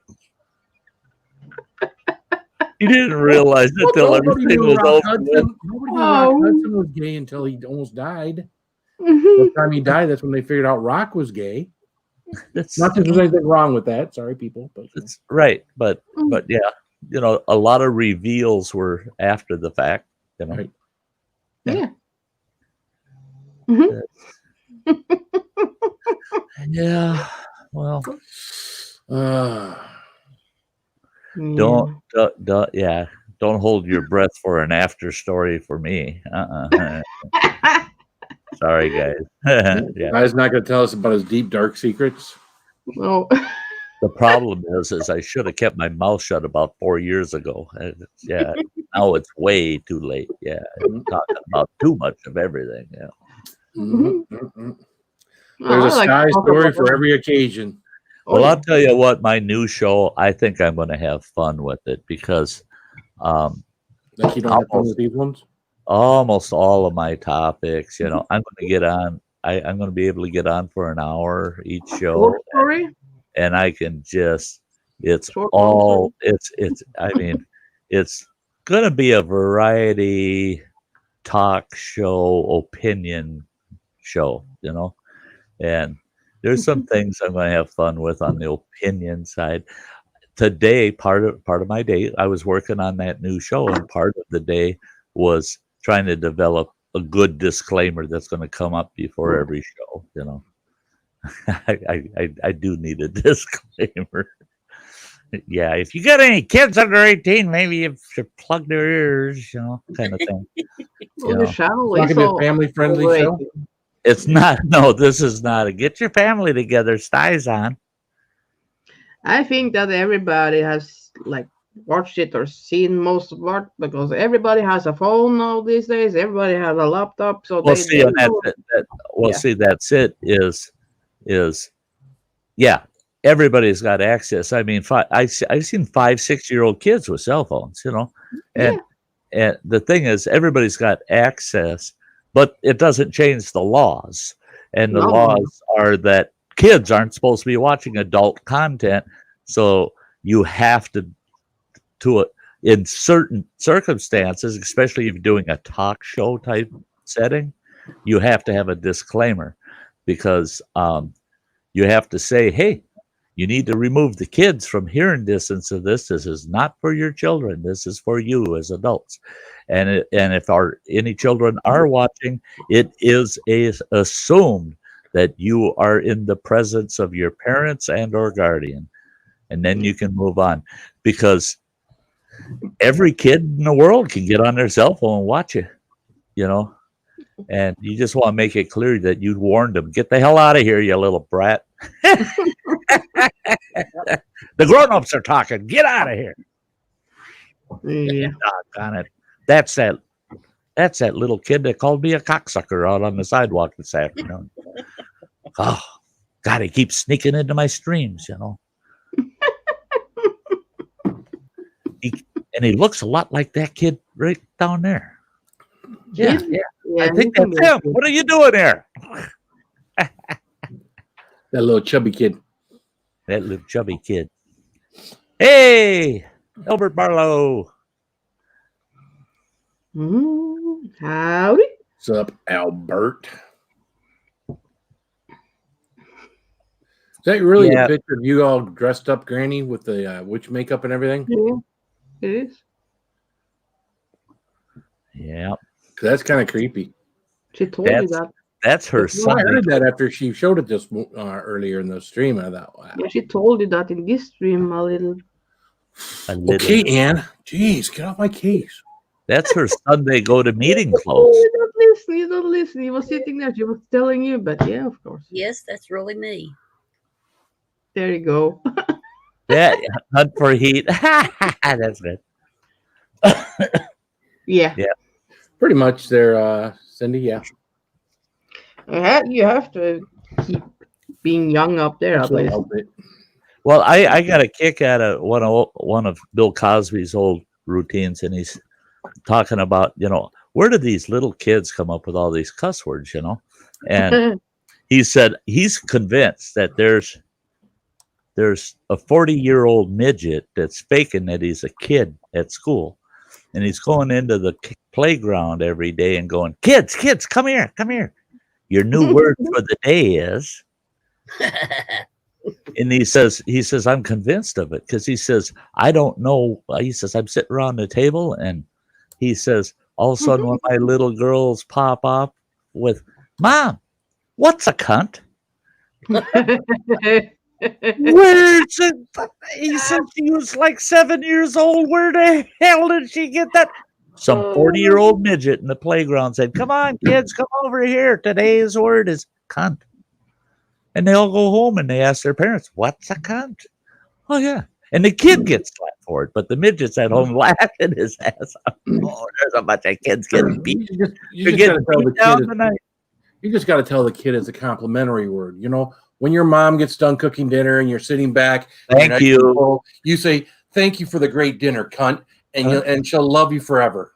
You bet. You bet. But that's like I have a blast with like teaching my little sister like bad words even in DT. Yeah. And one day I told her, can you ask my mom if she's horny? And she hadn't learned that word yet. And she went straight to my mom and asked her, are you horny? And my mom didn't know what to say. Oh, I bet she grew a couple of horns real quick. Whoa. Like, well, what does that mean? And like my mom had like trouble explaining that. And yeah, she explained it a little bit, and then my sister's going on Google on it. See, and that is the problem we have today is a kid comes up to you and asks a real risque question like that. In the past, you can always figure some way to get around or out of it, you know.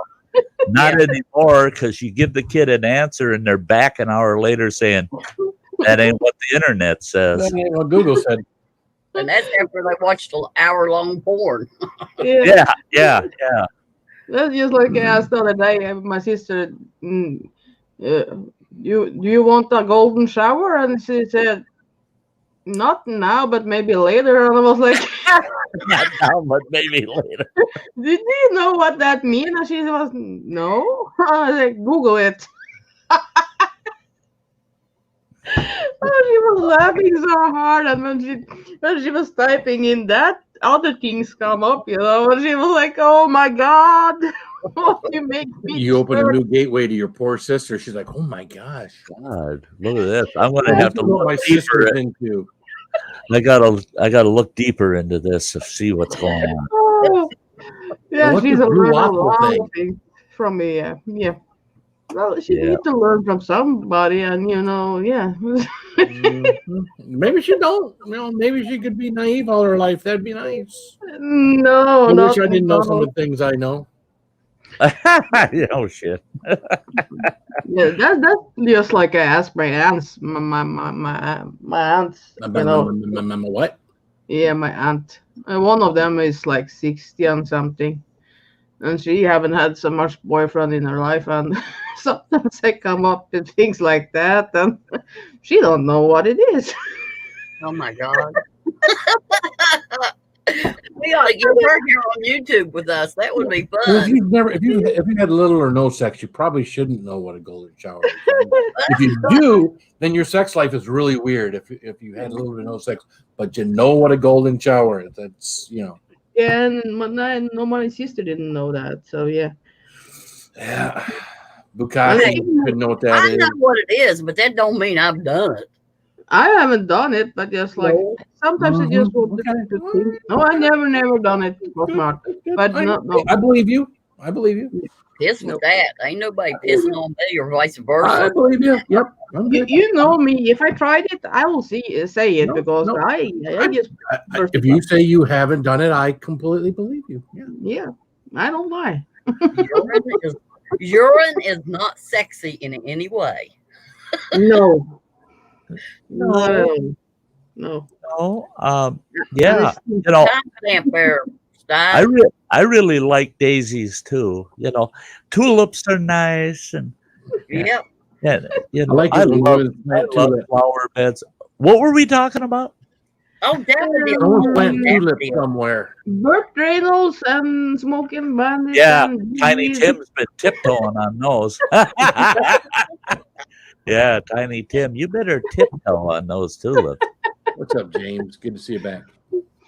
Yeah, I'm all over the places. Yeah. Hey, James, tiptoe in the tulips. Oh yeah, that was bad. God, Even and it's terrible because anytime anything sparks that memory, I see that freaking goofball in my head. That goddamn Tiny Tim, when he first started showing up on the stage, man, I was ready to take him out. I mean, that goofball, holy Jesus! I mean, thank God that's a trend that didn't really stick. Well, what did the people that liked him? What I don't know why. It's like Yep. what the It's one hell of those things where if somebody says, "Oh, I think Tiny Tim is so cool," it's like, back away, back up, back away. If you like Tiny Tim, I don't want to see you anymore. Go away. Oh, yeah. no shit. That's like someone coming up to you and saying, "Yeah, I feel really bad. My best buddy, he's sitting in prison right now." Well, who's that? Charlie Manson. Well, fuck you! Get away from me! I mean, yeah, no shit. Oh, I love Tiny Tim. I bet you love sheep too. You know, Jesus Christ, get away! Go away. No, that's Nick. Nick loves sheep. That's Nick. Be careful! Don't be picking on Nick. Have a good night, Martin. Good night. Hey, you have a good night. Stay safe. Oh, holy cow. Holy cow! Yeah. Yeah. There's actually a YouTube channel called Tiny Tim's Adventures. It's this guy from the UK. He uses like a little kid's voice, and he does these prank phone calls where they call him and he becomes Tiny Tim. Hilarious. A lot of people in Nuke, because they're all from UK, follow him, and he's hilarious. I've seen that. Yeah. Yeah. I've seen a couple of the. Yeah. He is funny. He's hilarious. Oh, hey. I hate to do this to you, though, buddy. I can fix it. I can fix it. Get the hell back here, you little shit. Whoa. You watch him when he's circling. It's dangerous when he starts circling. I pop him up in the panel. He gives Phil the finger and disappears. He's not even in the basement. Well, it was good to see you, Mike, but yeah, you can come up a little bit more, you know. Yeah. All I saw was a circle. I saw him. I saw the finger. Yeah. Yeah. That's what I saw was the finger and boom, gone. That's all he wanted to do. Was he Yeah. telling us that he liked Tiny Tim? Maybe. He wanted to say hi to Tiny Tim. Hi, Tim. Oh, I almost say something now, but no, shut it. Come on, Tim. Let's tiptoe through the tulips. Yeah. Yeah. It's good of him, though, to pop up like that. I wonder if he managed to do that without Viagra. We didn't use Viagra. That's why he couldn't stay up so long. That's right. Yeah. It was just a quickie. Yep. It's Oh, false alarm. Never mind. yeah. Oh, almost, but not quite.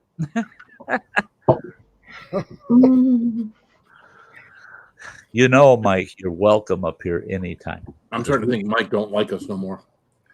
Well, I know he don't like me, but I thought he at least liked you.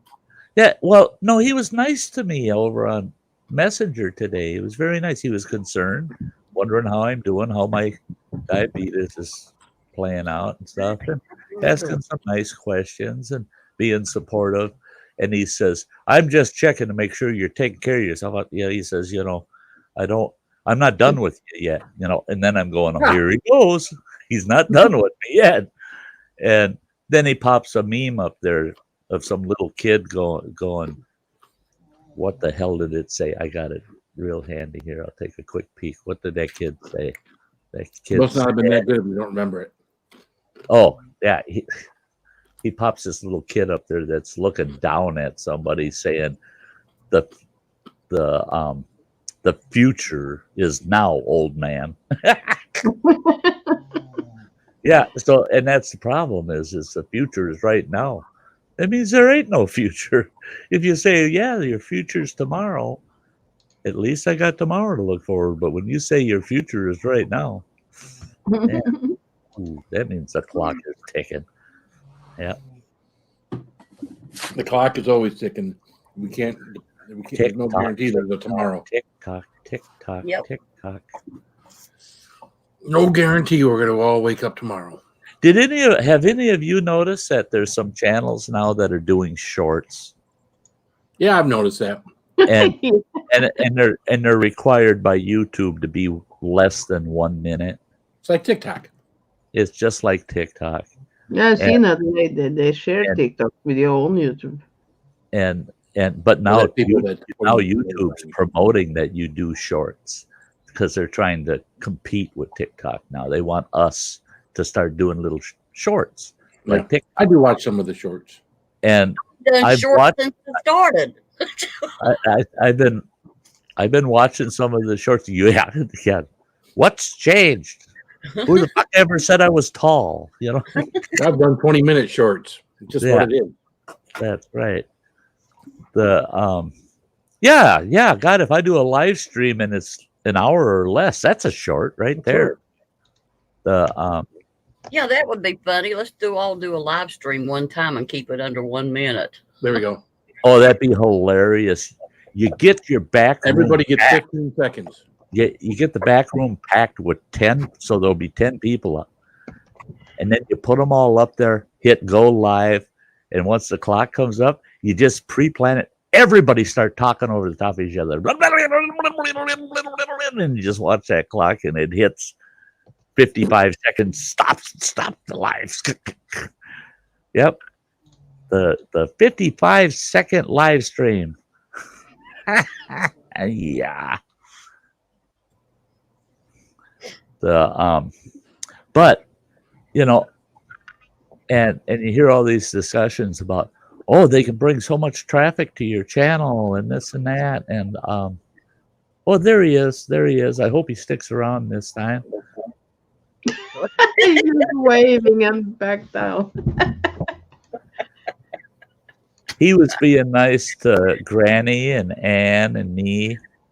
He waved to us. No quickie for Phil this time. That's okay. I was looking at my phone. I didn't want to see his ugly ass anyways. Hey, Blake. Hey, Oh. Blake. I'm Hey, doing Blake. pretty good tonight, Blake. Yeah, I'm doing pretty good I'm gonna tonight. trip down to Warren and kick his ass. I was going to have steak and shrimp last night. I ended Oh. up having gumbo instead because I was on Ann's stream. I didn't get the hell off the internet until about 20 after 12. Yeah, it was a little bit like And I'm like, Jesus Christ, I haven't even eaten yet. So I had some gumbo that I thought, well, that's easy. I'll heat that up, have a bowl of gumbo before I go to bed. I'm home, bitch. Good to know. I got that address. Got that address. Hmm. I can't hear the word bitch anymore. Yeah. That's right. Your house is just far enough. Your house is just far enough away, Mike. I can come down there, kick your ass, and get home, or get back to work, and just only take my lunch. Oh, during your lunch break? I could just take my lunch break, go down there, whoop him up, and come Yeah. back. We'll be okay. Yeah. It would even be worth a speeding ticket if you're pressed for time, you know? I'm a couple minutes late getting back from lunch. It's no big deal. No big deal. Just That's stay a couple normal. minutes longer. Yeah, there you go. Well, I'll tell you what. Okay, you're talking about working time. I'll tell you what. I got in this conversation with somebody this morning, we were talking. He was having some trouble with a couple of his employees, and we got on the topic. And I told him, I said, one thing that I didn't mind, because I got paid dearly. I got paid real dearly. I didn't mind being salaried, you know. But I had a couple of salaried employees that someone convinced them that as long as they got their job done, they didn't have to be there. So I all of a sudden I get a payroll report, and I'm looking and I'm going, wait a minute, these guys are working 30 hours a week or 20 hours a week. I call them both in my office. I said, what the hell's this shit? You're salaried. You get the same damn paycheck every week, but you're only showing up for half the damn week. Well, we get our work done and we go home. You should have seen a look on their face when I pulled out their job description. I said, you see the very job description. I said, you see this very last line here? See what it says? It says other duties as assigned. I said, if you skip, you ain't here for me to assign any duties to you. Well, no, we got our job done. I said, no, your job ain't done till I tell you it's done. You're salaried, you bum. I mean, these salaried guys were milking the damn job on me for about 3 months before I got them. Yeah, they were only working 20 hours a week. They show up every day for a couple hours and then split. So, pissed me off. Just like falling down the toilets, boy. Get on my nerves. I don't know anybody who ever did anything like that. That's what I was thinking. I used to do that style. I was salaried. I got my network running so good I could go home and I'd show up for the morning meetings or for the managers meetings, and I'd go home and I could pull all my stuff up at home and just sit there and watch it all day. But see, that's it though, is if you're a really good performer, your boss is gonna just, yeah, I let that slide. I'm getting everything I want out of that person. I don't need to put them on anything else. Let them, yeah, as long as they're doing what they're doing and it's good. These two guys, I mean, if anything broke down and I could fix it remotely, I'd fix it remotely. If I had to go in, of course, there was times I'd go in and stay all night. Yeah, right. Well, and that's it. Is you're salaried to do what needs to get done, and these guys figured, well, no, my basic job duties is all I need to do. Well, there's times when you're needed because your basic job duties overlap something else. And these guys just never, all they wanted was the fat paycheck and not have to be there. And well, and the thing is the one guy, I said, I don't get it with you where you say, yeah, I got done with all my work, so I just headed home. When one of the very first job duty in your job description is to oversee 10 people. How in the hell are you overseeing them if you're not here to oversee them? You can't see what the hell they're doing remotely. You got to be here. Well, I know they're doing their jobs. It's how the hell do you know you ain't here? Ass. Yeah, I was salaried shit. And I was always working. A 60-hour a week was a easy week, So, yeah. Mike. Thanks for having me up. Thanks for having me up. You can come up anytime you want, Mike. I don't care if it's for 3 seconds or 30 minutes or 3 hours. You're always welcome up here. By most of us.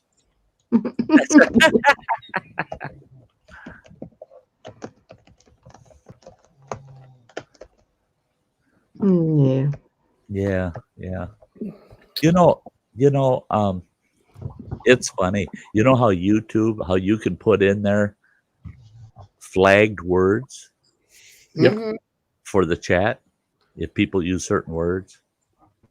and Phil drops the F-bomb in there. They don't use that list. That's just to make you feel good that you got a list, because I put that word in my list so that we have to approve any.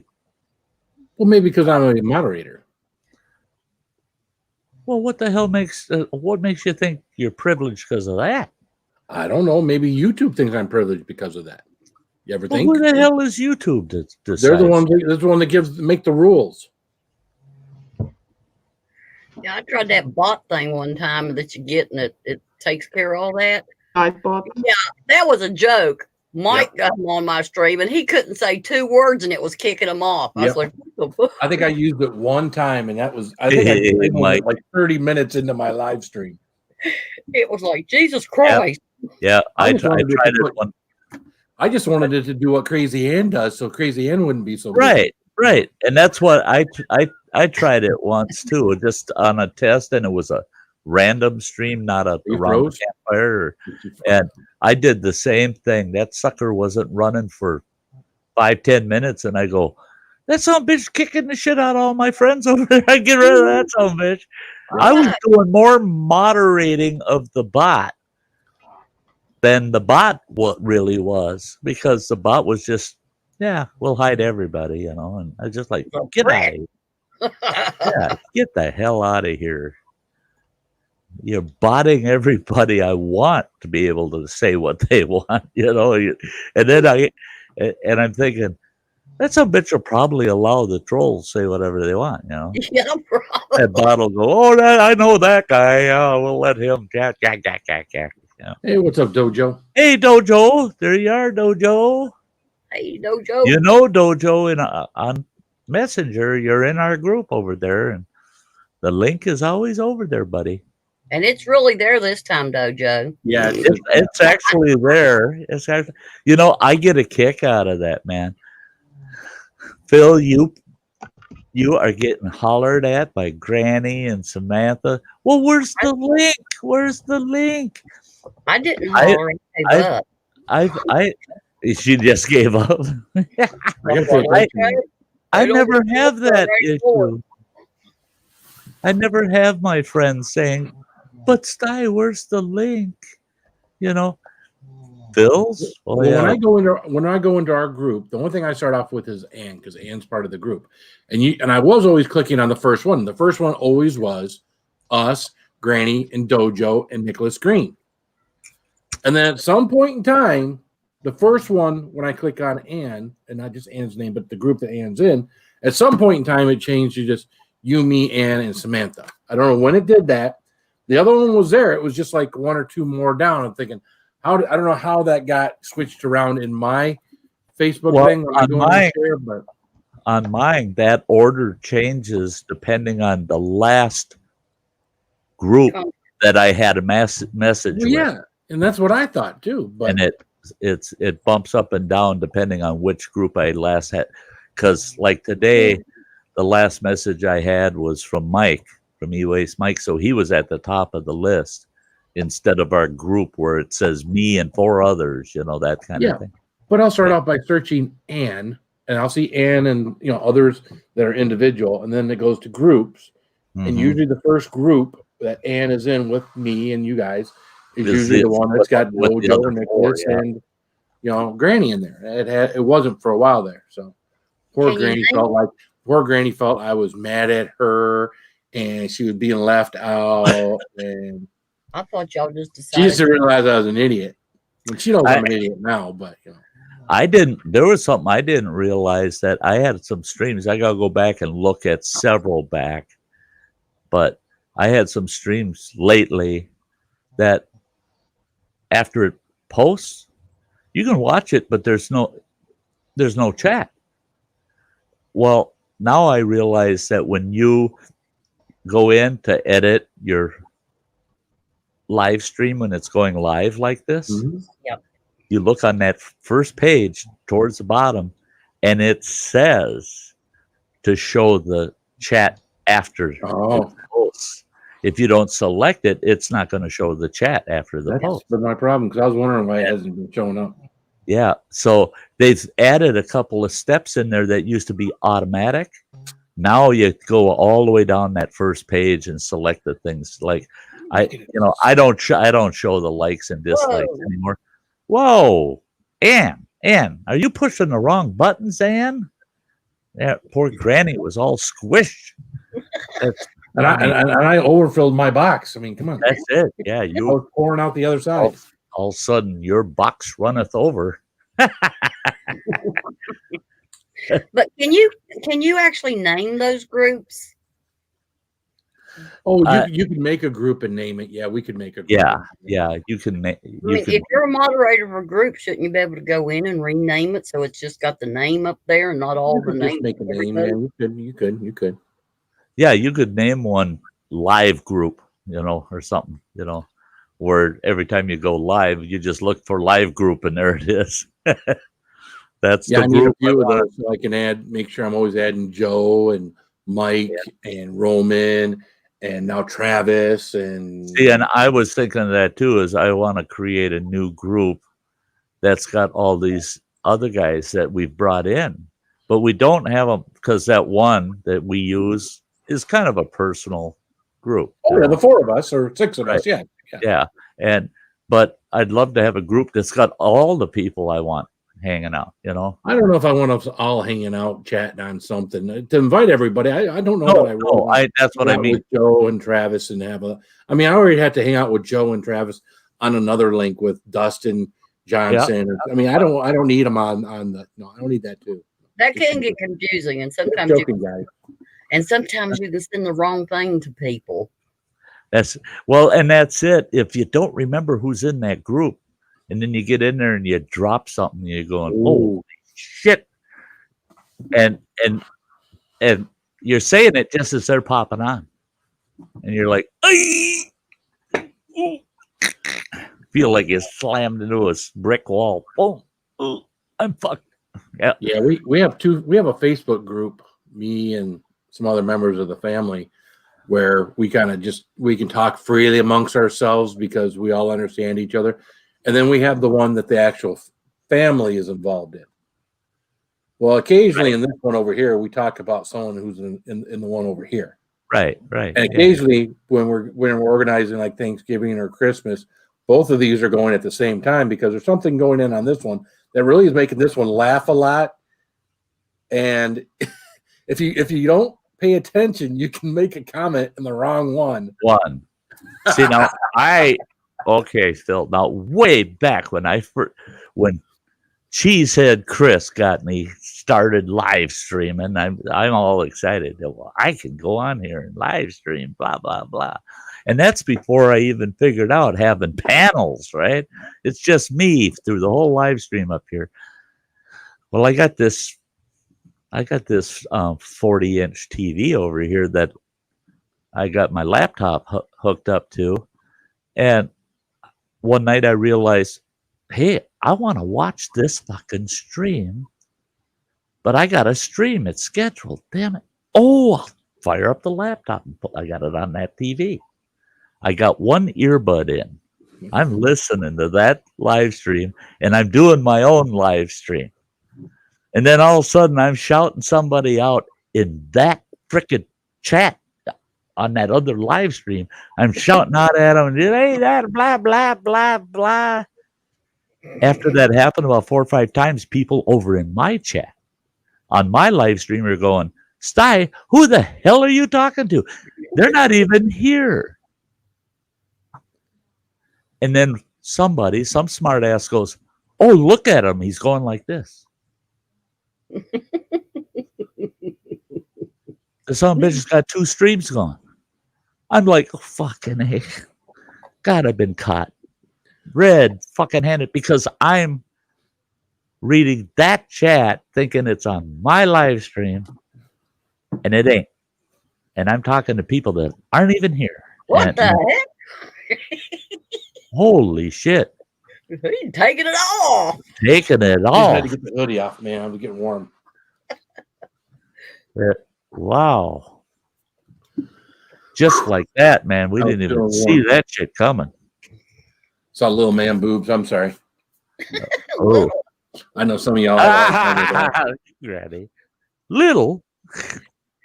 right, maybe big. You know, I'm a B cup for a guy. It all depends on how I'm sitting. Right. You know, come on. Yeah, I got no man boobs when I'm standing. If I lay up. on my back, they completely disappear under my armpits. Oh God. Yeah. But so do most ladies my age. I mean, most people my age. Oh my God! You must have washed your feet. Yeah. Oh. We got to do booby Stick exercises. them in your mouth. You got to do your booby exercises. You push your hands together like that, and then you pull like this, and that exercises in boobies, and that way they don't sag like that. Okay. Well, with all the arthritis I got in my hands, I'd rather. Yeah, exactly. I like exercising the boobies that way. I mean, this is definitely a better way to exercise the boobies. It's still a dual motion thing. Right. You know? It may not make them more firm, but they. She went away for a little while and she comes back wet. Oh, you took your shirt off or your sweater. Yeah. Yeah. Oh, Phil. You want me to lick it? Hey. No. Oh, you blush so fast. Oh, yeah. Yeah. Careful with that shirt he's wearing. He could disappear if he blushes too much. Yeah. Well, this is my 21090. Pour some gravy on it. I like that shirt. Yep. Oh, I tell you what, everything's better with gravy on it. Mm-hmm. Yeah, you betcha. You betcha. Well, I haven't tried that, but and maybe down the line that can happen. You never know.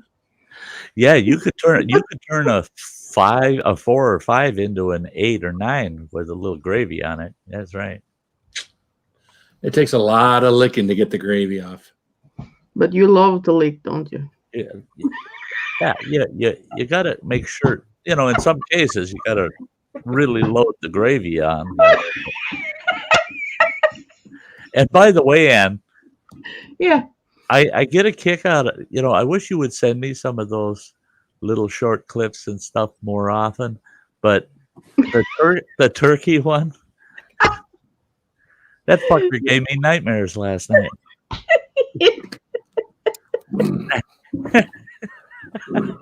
All I know is that one guy holding his wiener up while the woman stomped on his nutsack. Oh, that blah blah blah blah. That made my stomach turn. That my gosh. Well, you saw that one, Phil, that I sent you with the guy that wrapped his up in the sword, didn't you?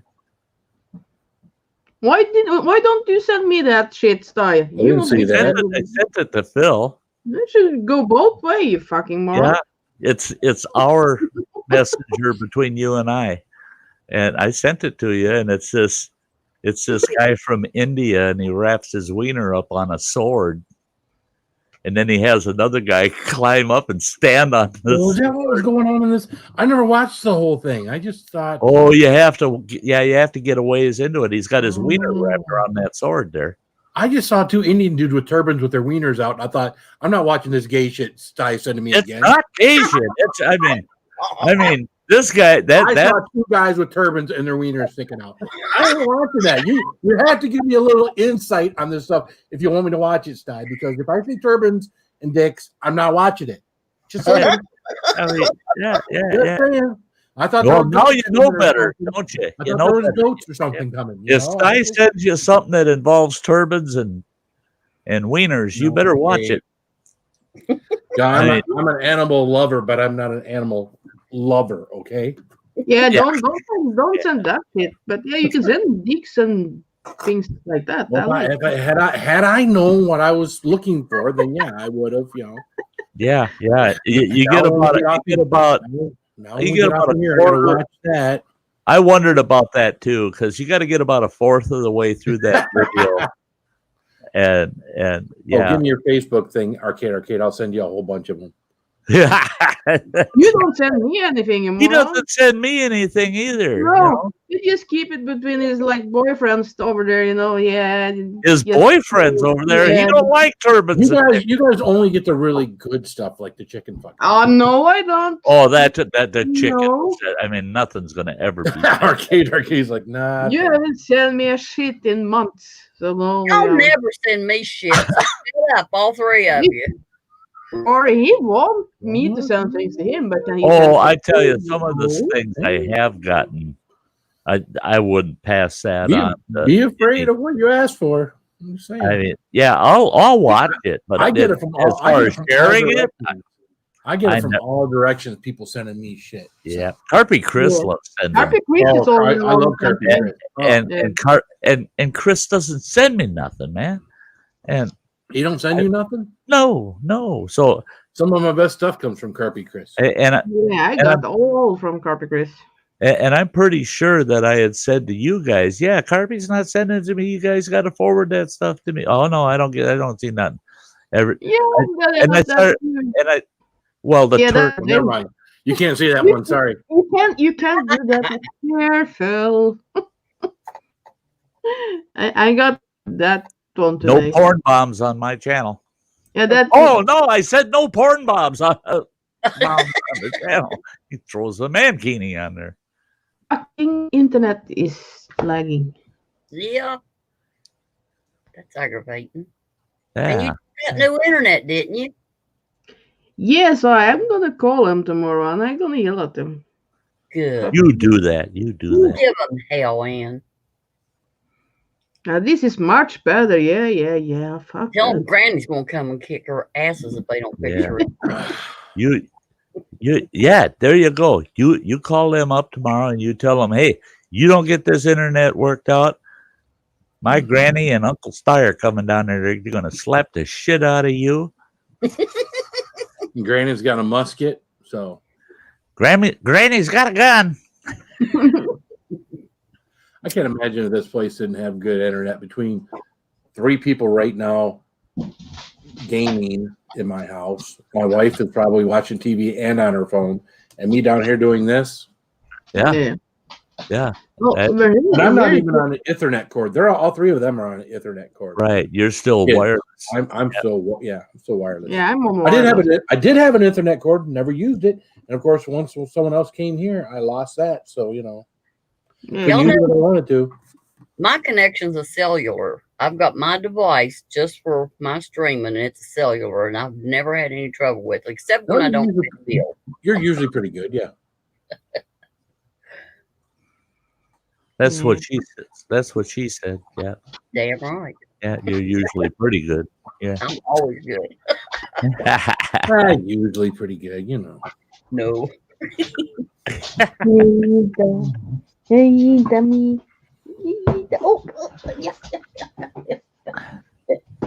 Yeah. I tell you what, I'm not Holy shit, look how big that I'm dog is. excellent. Once a year, I'm batting 100%.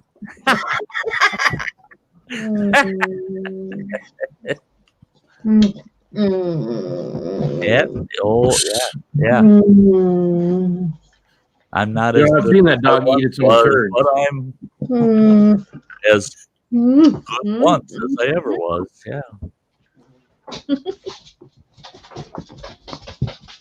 You know, if you're going to do something, you always do it right. Yeah. Oh boy. I have got to get out and do some hiking. Son of a bitch, I should just disappear for the next 3 days. Good My night, ass. Saucy Shane. Good Hey night. Shane, you have a good night. Good night, Saucy. Yeah. Dabbing.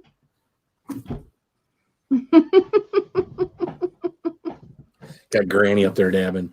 Come on, Sty, dab for Saucy Shane. No. Nope. Moron. All you got to do is move your arms, Sty. Yeah. You know it's exercise.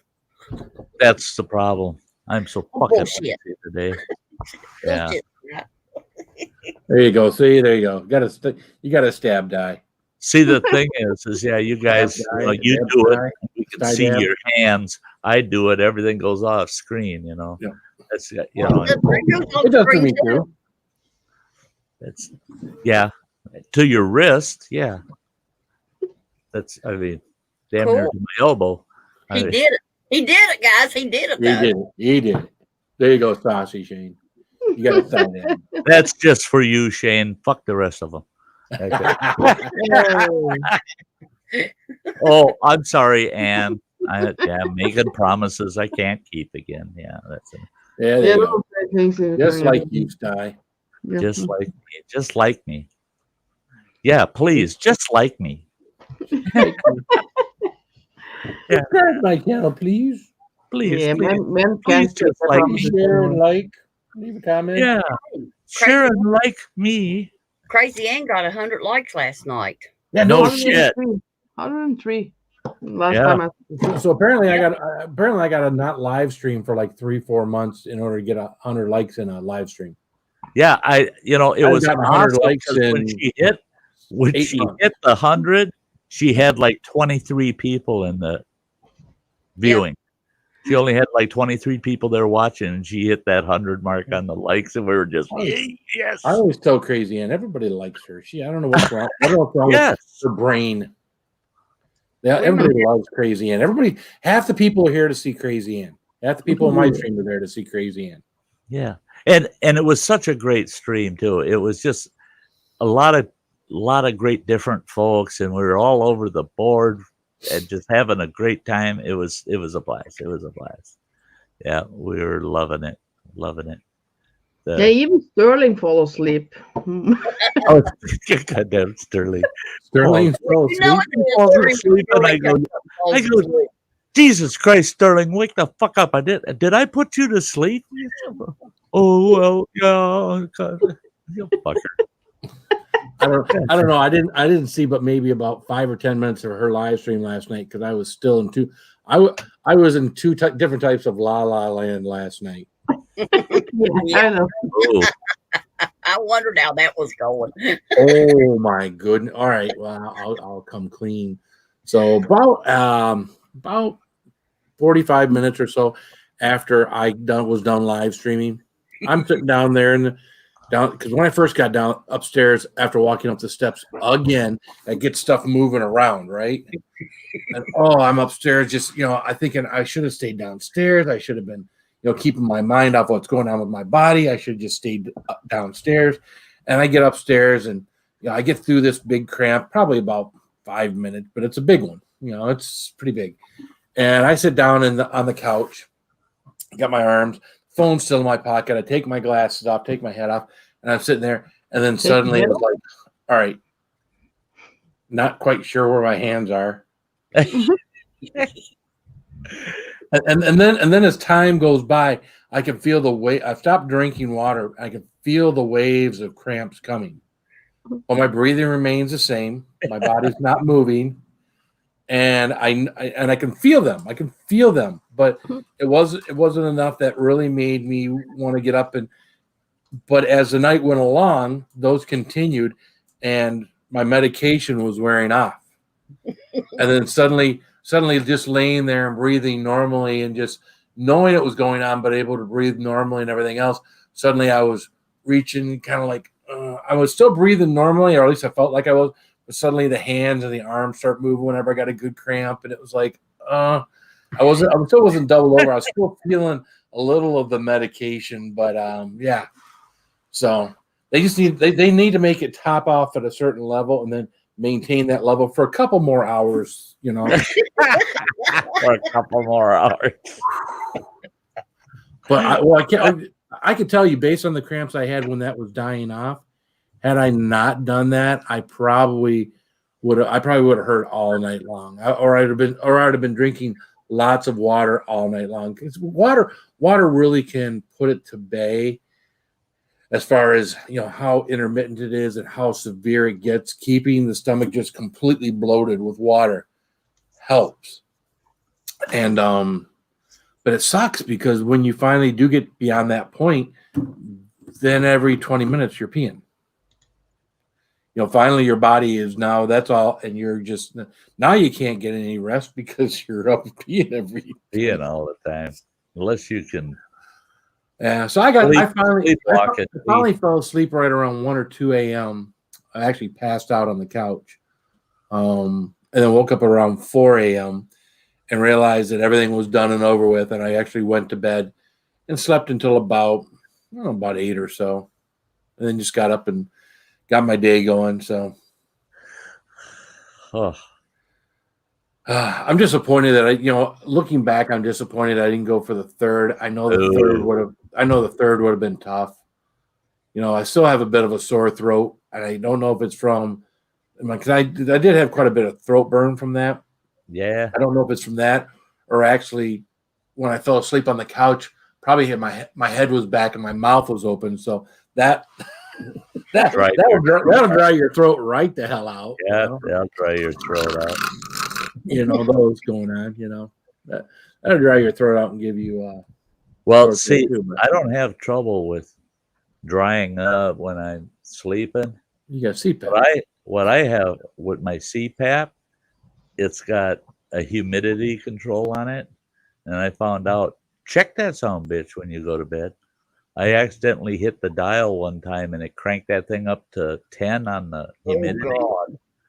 And I'm dreaming that I'm drowning, right? And I woke up and I was. Yeah.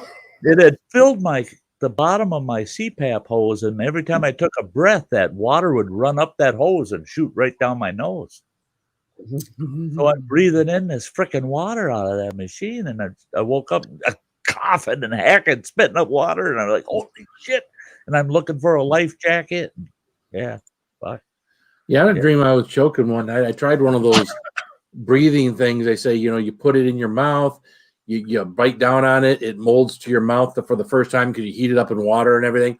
And you wear this thing in bed, and it's supposed to keep you from snoring. It's supposed to change your jaw direction and all this other good shit. It forces you to breathe through. Yeah, that lasted 2 nights. The second night I had it. First of all, the first night I couldn't hardly sleep for shit. The second night, probably about 2 hours in, I don't know if I breathed it in or if I dreamt that I breathed it in. But all I know is the next thing I know, I'm spitting the thing across the bedroom. I'm choking, thinking that I had fallen asleep and I had gotten the thing stuck in my esophagus. And I'm like, that is the last time that thing went in my mouth. No shit. No time stamp on that, by the way. No time stamp on that. So. Don't time stamp. No, don't. Well, that was the last time that went. Tells us we need to. Yeah. So I tried one of those. It's supposed to help you keep your mouth shut and not be breathing through your mouth. Breathe through your nose. Well, I busted. I didn't bust it. I would.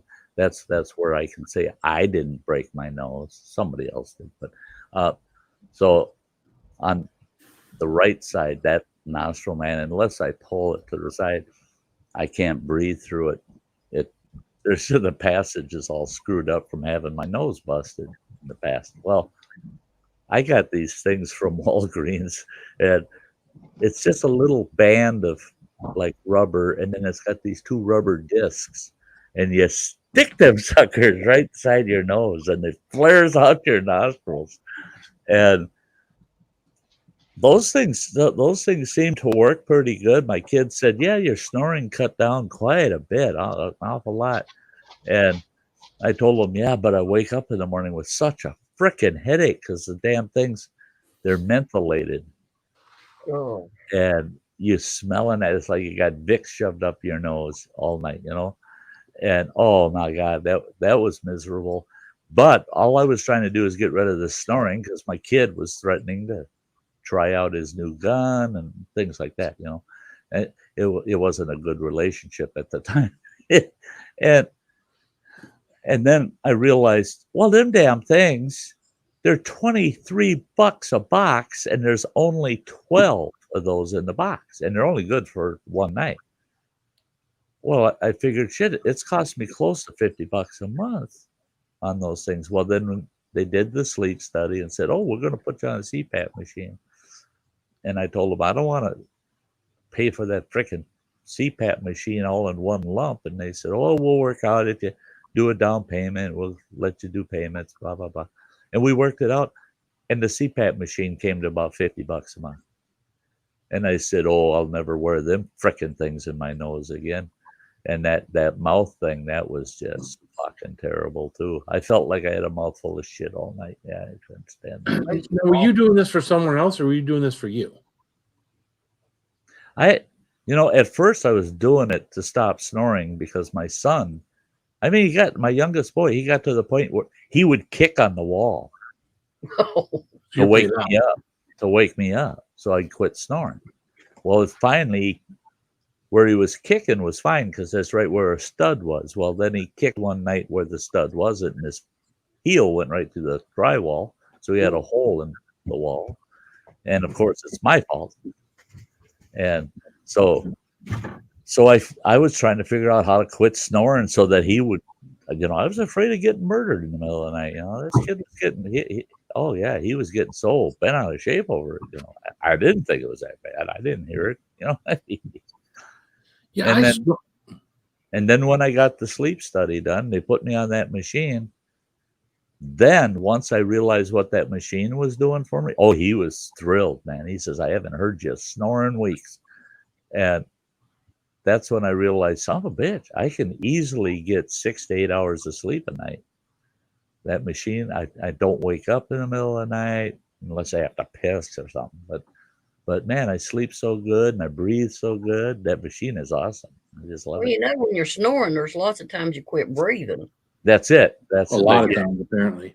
That's the sleep apnea is causing the snoring a lot. Well, my wife has told me, she says, sometimes I'm afraid you're not going to start breathing again. I'm like, I start breathing. You should have a sleep study done.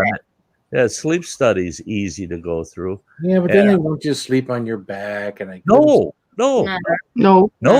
They want you to sleep the way you sleep at home. Yeah. Mm-hmm. They want you to lay down on and they don't put you in a hospital bed and shit like that. It's Christ. Where I went to the hospital and it's like a lab with a lot of computers and shit.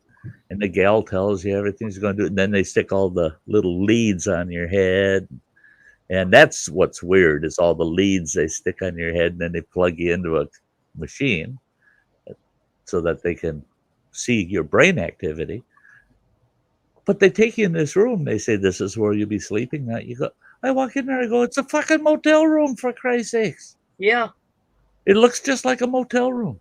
And the bed comfy. It's got some monitors and stuff, that tells you, this is like a hospital room because it's got the monitors and shit.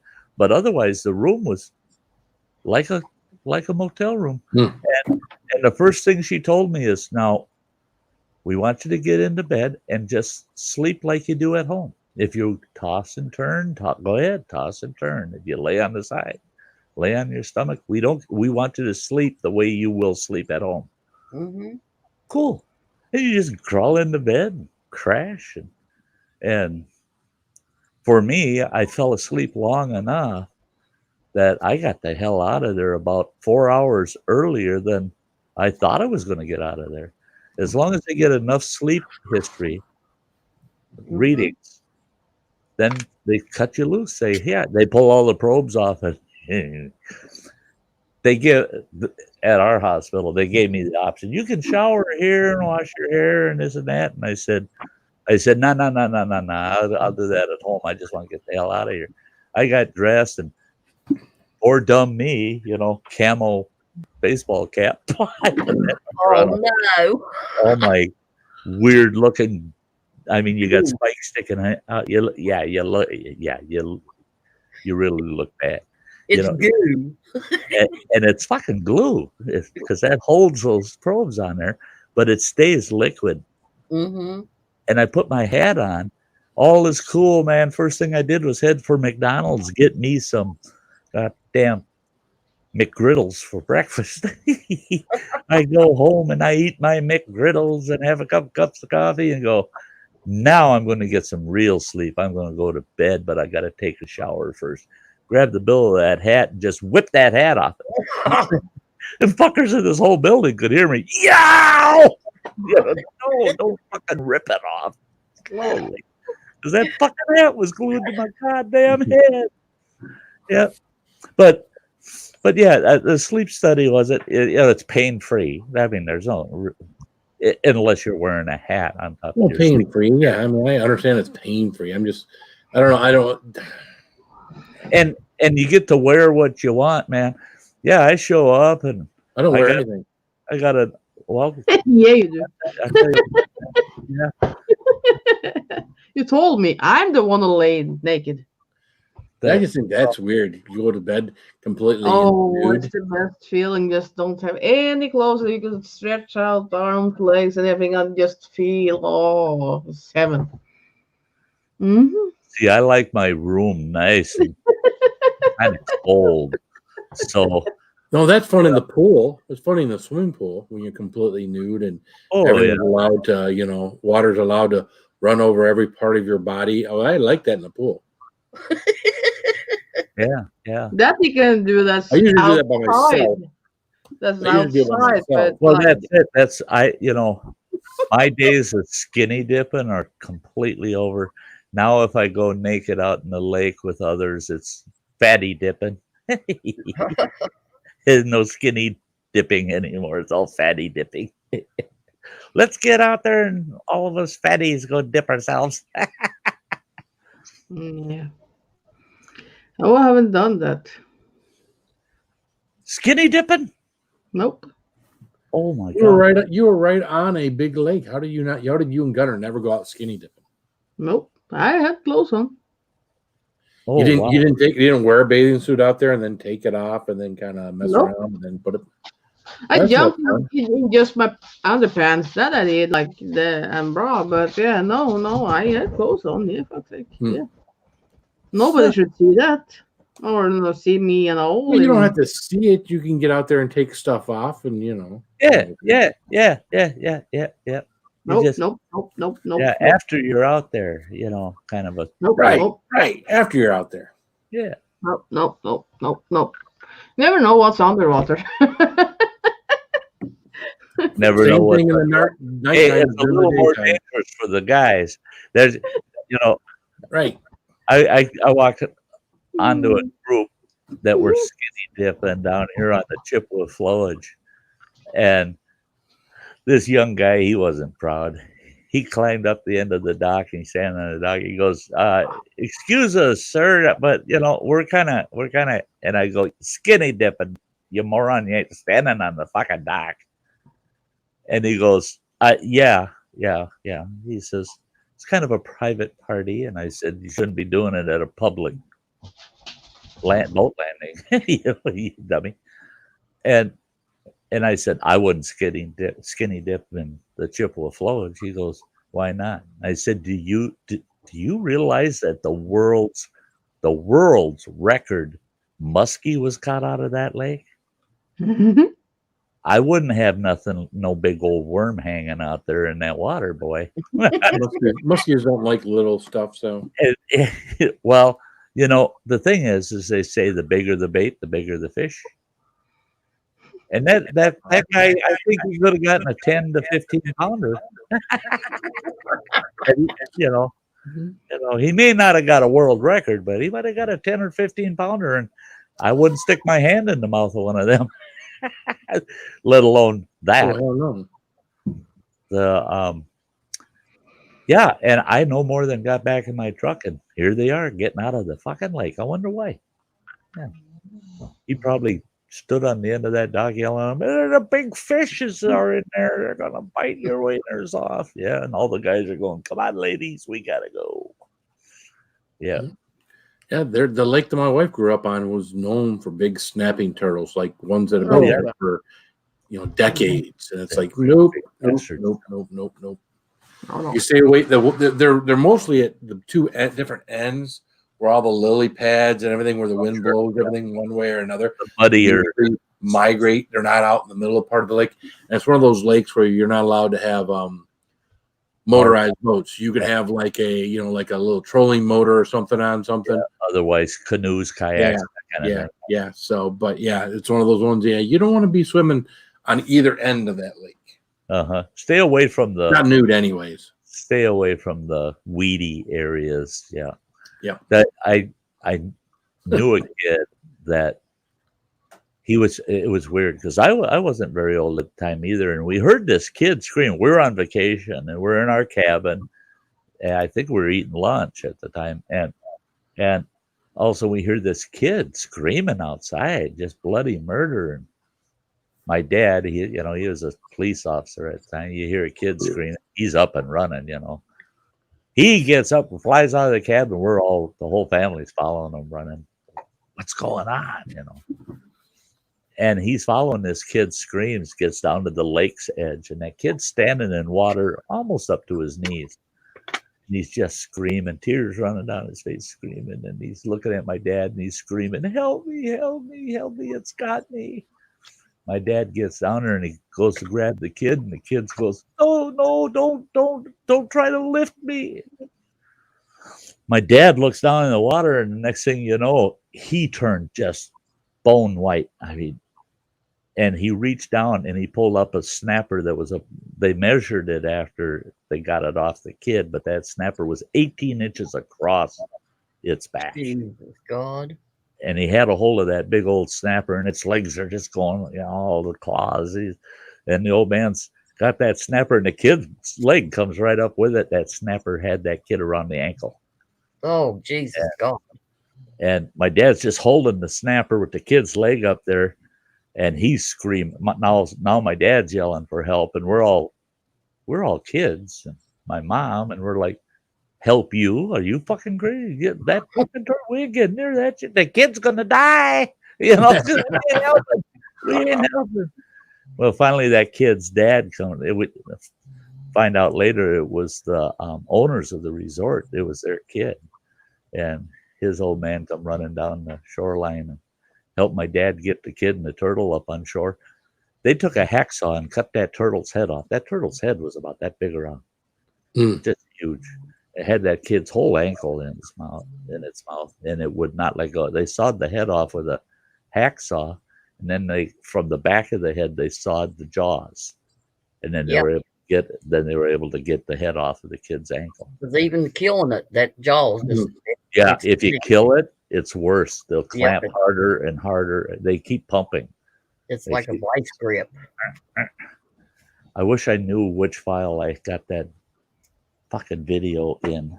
I got a little shortcut video. I should say that some bitch and put it over here in StreamYard, so I got it handy.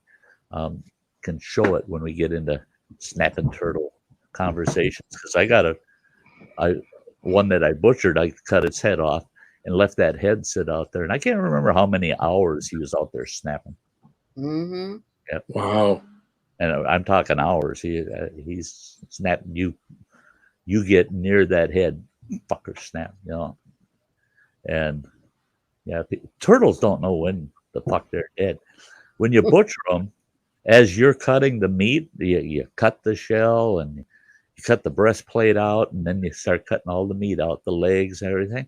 All the muscles are working constantly. So you're handling these working muscles while you're trying to cut the meat all out. The damn thing will actually... It's not good to let it quit moving. You want to butcher it fresh, because it'll take anywhere from 4 to 8 hours before those muscles will stop moving. So and they will stop moving once you get them severed off of the body, out of the shell, and you set them aside like a foreleg or a hind leg. Once you get it severed at a joint and you completely remove it, it'll only kick for a few more minutes and then it quits. But it's that last turtle, the last turtle I butchered, I was at my daughter's house. I was living there at the time. I had a Sty Shack there, and the kids showed up with this big ass turtle. And I threw it in a big drum and said, we're gonna starve them for anywhere from 5 to 7 days, because it cleans all the shit out of them. You starve them, and then their systems are clean. You keep changing the water out every day. And I told my daughter, I said, "Yeah, I'm butchering that turtle today." And she goes, "Oh, cool. Oh, cool. I want all the kids to watch." I go, "Are you freaking kidding? You don't want these kids to watch you butcher that son of a bitch." "Oh, yes, I do. I want those kids to learn that. Come on, they're going to be so happy. Their grandpa teaches them how to butcher a turtle." "Oh, yeah. Yeah." There was only like 2 out of the 8 that she had at the time that said, "That's cool, Grandpa. I'll never do it, but that's cool." All the rest of them are, "Oh my God, Grandpa, you murdering son of a bitch! You can't believe you did that." I told my daughter, I said, "You fucking totally ruined my grandkids' impression of me. Now they think I'm some kind of turtle serial killer or something." Because there isn't anything pretty about butchering a turtle. They're just no. No, there isn't anything pretty about butchering any animal. So No. but it's got to be done in order to eat. So Yeah. And my kids, my kids, they've always been around me deer hunting, and I butchered steers, a lot of steers, and they've always been around. They know the process, but that's a select few. That's the country kids that get exposed to that and yet you do it gently, it's not easy. Yeah, I don't like people that, "Oh, I got no problem with that. I'll slit their throat and cut them to pieces. I don't care." Those kind of people, they just kind of, the people that say, "Yeah, this has to be done," and they go through it. They don't like it, but it has to be done. And that's like when I was raising hogs, when we had the hobby farm. That's the first time I personally raised hogs, and neighbor farmer, he says, "When are you going to butcher them 2 hogs you got there?" I said, "I'm butchering them on New Year's Day." And he goes, "Okay, I'll be over." I said, "Really? Okay, yeah, I could use the help." He comes over, and he comes out to the barn with me, and I got the tractor out there with the loader. And you butcher, or you slaughter them, and then you hoist them up with the tractor. And I get out there, and I take my 22, "Here, piggy," and pop him in the head.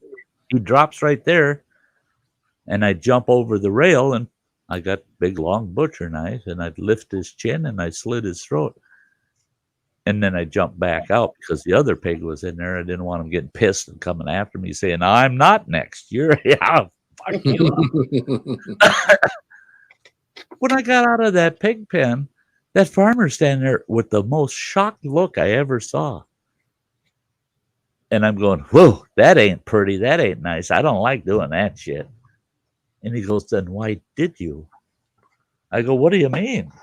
He says, "Well, around here, whenever we butcher, you have one of the neighbor farmers come over." He says, "You might have take the shot to put the animal down, but you always have somebody else do the actual slaughter, by slitting their throat." He says, "You don't slit the throats of your own stock." I go, "Well, thanks for fucking telling me after the fact, you son of a bitch." So yeah, the second one was a lot easier. All I had to do was pop, and then I could turn away. He jumped over the rail and did the rest, And yeah, it's a tough thing when you can't just go to the grocery store and get it in a nice wrap package, right. And That's what I prefer.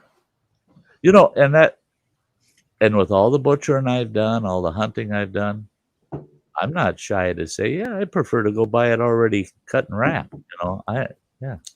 I don't have to have it look at me with sad eyes and say, "Bye, Sty." Well, don't say goodbye. We'll be seeing each other again on Thanksgiving. Yeah,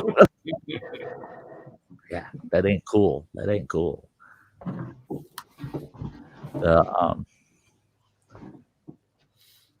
What the hell? That arcade. Yeah. You okay, Ian? It is saying, what's You okay? I just some pains. Oh. The who the heck was saying that they'd rather butcher plants and then oh yeah, it's arcade there. I prefer butchering plants. And then Middle Harry says, true. Castrating marijuana plants isn't pleasant, but it has to be done.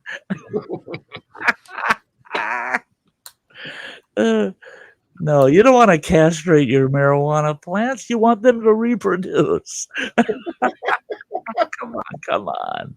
You clone them. There ain't nothing worse than a steer marijuana plant, you know.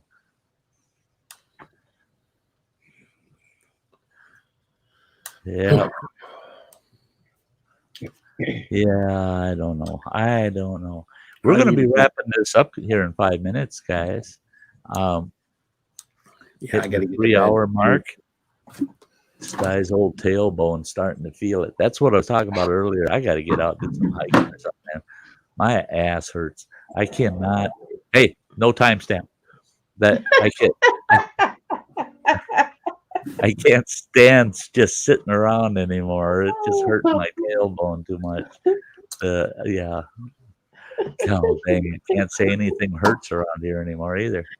You bastard.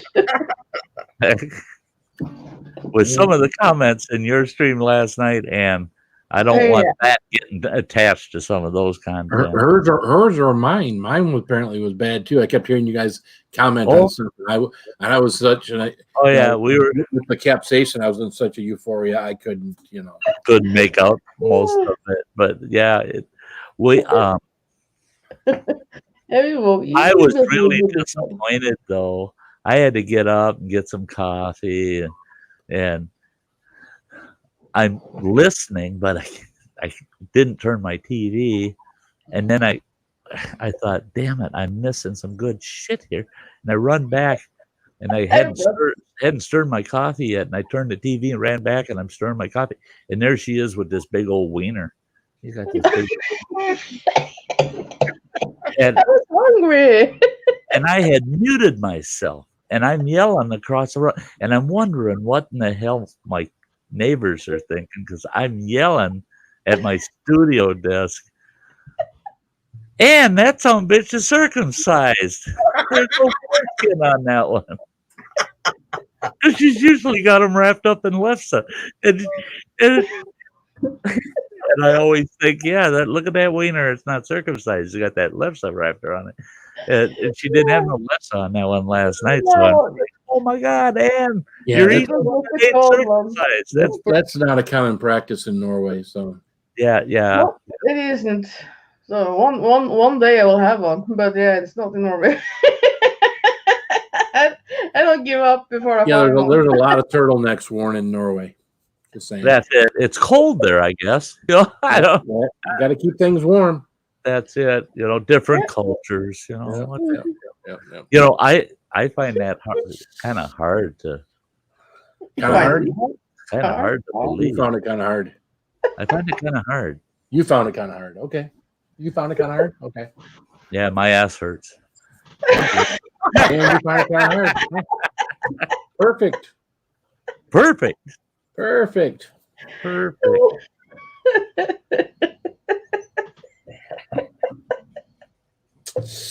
The other day I thought, you clowns. Oh, timestamp that. You're good. Put this all together, and then everybody's going to laugh at Sty. And I kept thinking, then all of a sudden I thought, everybody knows me anyway. They all know better. then all of a sudden I realized, wait a minute. Everybody that I know knows me. That's such a drop in this worldly bucket we're hanging out in. There's a lot of people don't know me yet, and they might end up knowing me differently than I prefer. Yeah. Yeah. Oh. Yeah, I still got this list of that, like 30 things we got to do. Right, maybe I should go back and just clip out all those little things and they could all just be little, you know what? I could put all those together and be a, YouTube short. There you go. Got to be under 1 minute. I'm sure with all the little things that you did, it's under 1 minute. Hey, not just me. You get everybody else in here. You got time Just for them too. You know, come on. You know, it's not all about me. Yes, it is. Yeah, it is. Most time, yeah. Yeah. Well, No, I'm it's not. glad I never say anything that would make a timestamp. Oh, you will. Well, We will. you told him, was it last night, if Phil's Yeah. water had gone Yeah, up to I think Phil's waters broke or something like that.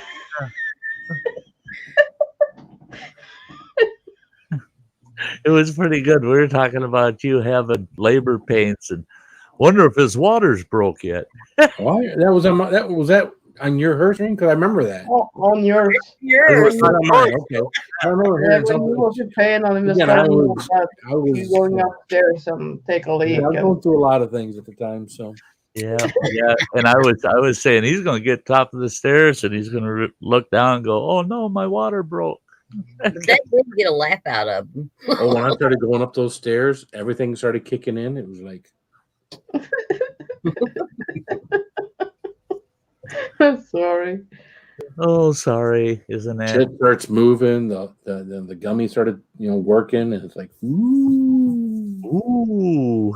Well, it was good you had a gummy, but like I told you, you maybe should take one before you have like a hot, really hot. I don't know because I really could have used that, for a couple hours later too. So Yeah, but you can split it. You can take the half, and you can take the half after. I don't know. Yeah, of course, don't listen to me. You never do, bastard. Oh no. All right, now that we're on a good note. Okay, folks. Hey, we're going to wrap it up. We're at the 3 hour or 1 minute mark. We're going to wrap it up. And Love you guys. I'll see you all Thursday around the campfire. This is the last Thursday around the campfire because the following is Christmas Eve. I'm not doing one on Christmas Eve. So it'll be 2 weeks after this one, this week's that I'll see you for the campfire. But until around the campfire this week, or over at Phil's, of course, or if Ann decides to pop up the tree, Of course. you'll catch us. If Ann decides to pop up, I'm out. I'm just saying. Hey, no popping up. No popping up. There's no talk about not wearing condoms, so I'm just. Yeah, I know. I'm glad I was way across the room during the condom. Hey, Saltwaterborn. So, Good night, all of you out in the chat, you have a very good night and have a safe week. Hey, you three, love you. Thank you for being up here with me. Spicy. Keep it spicy. Keep it spicy. And you know how I exit nowadays. Keep it spicy and keep on dancing. Yeah.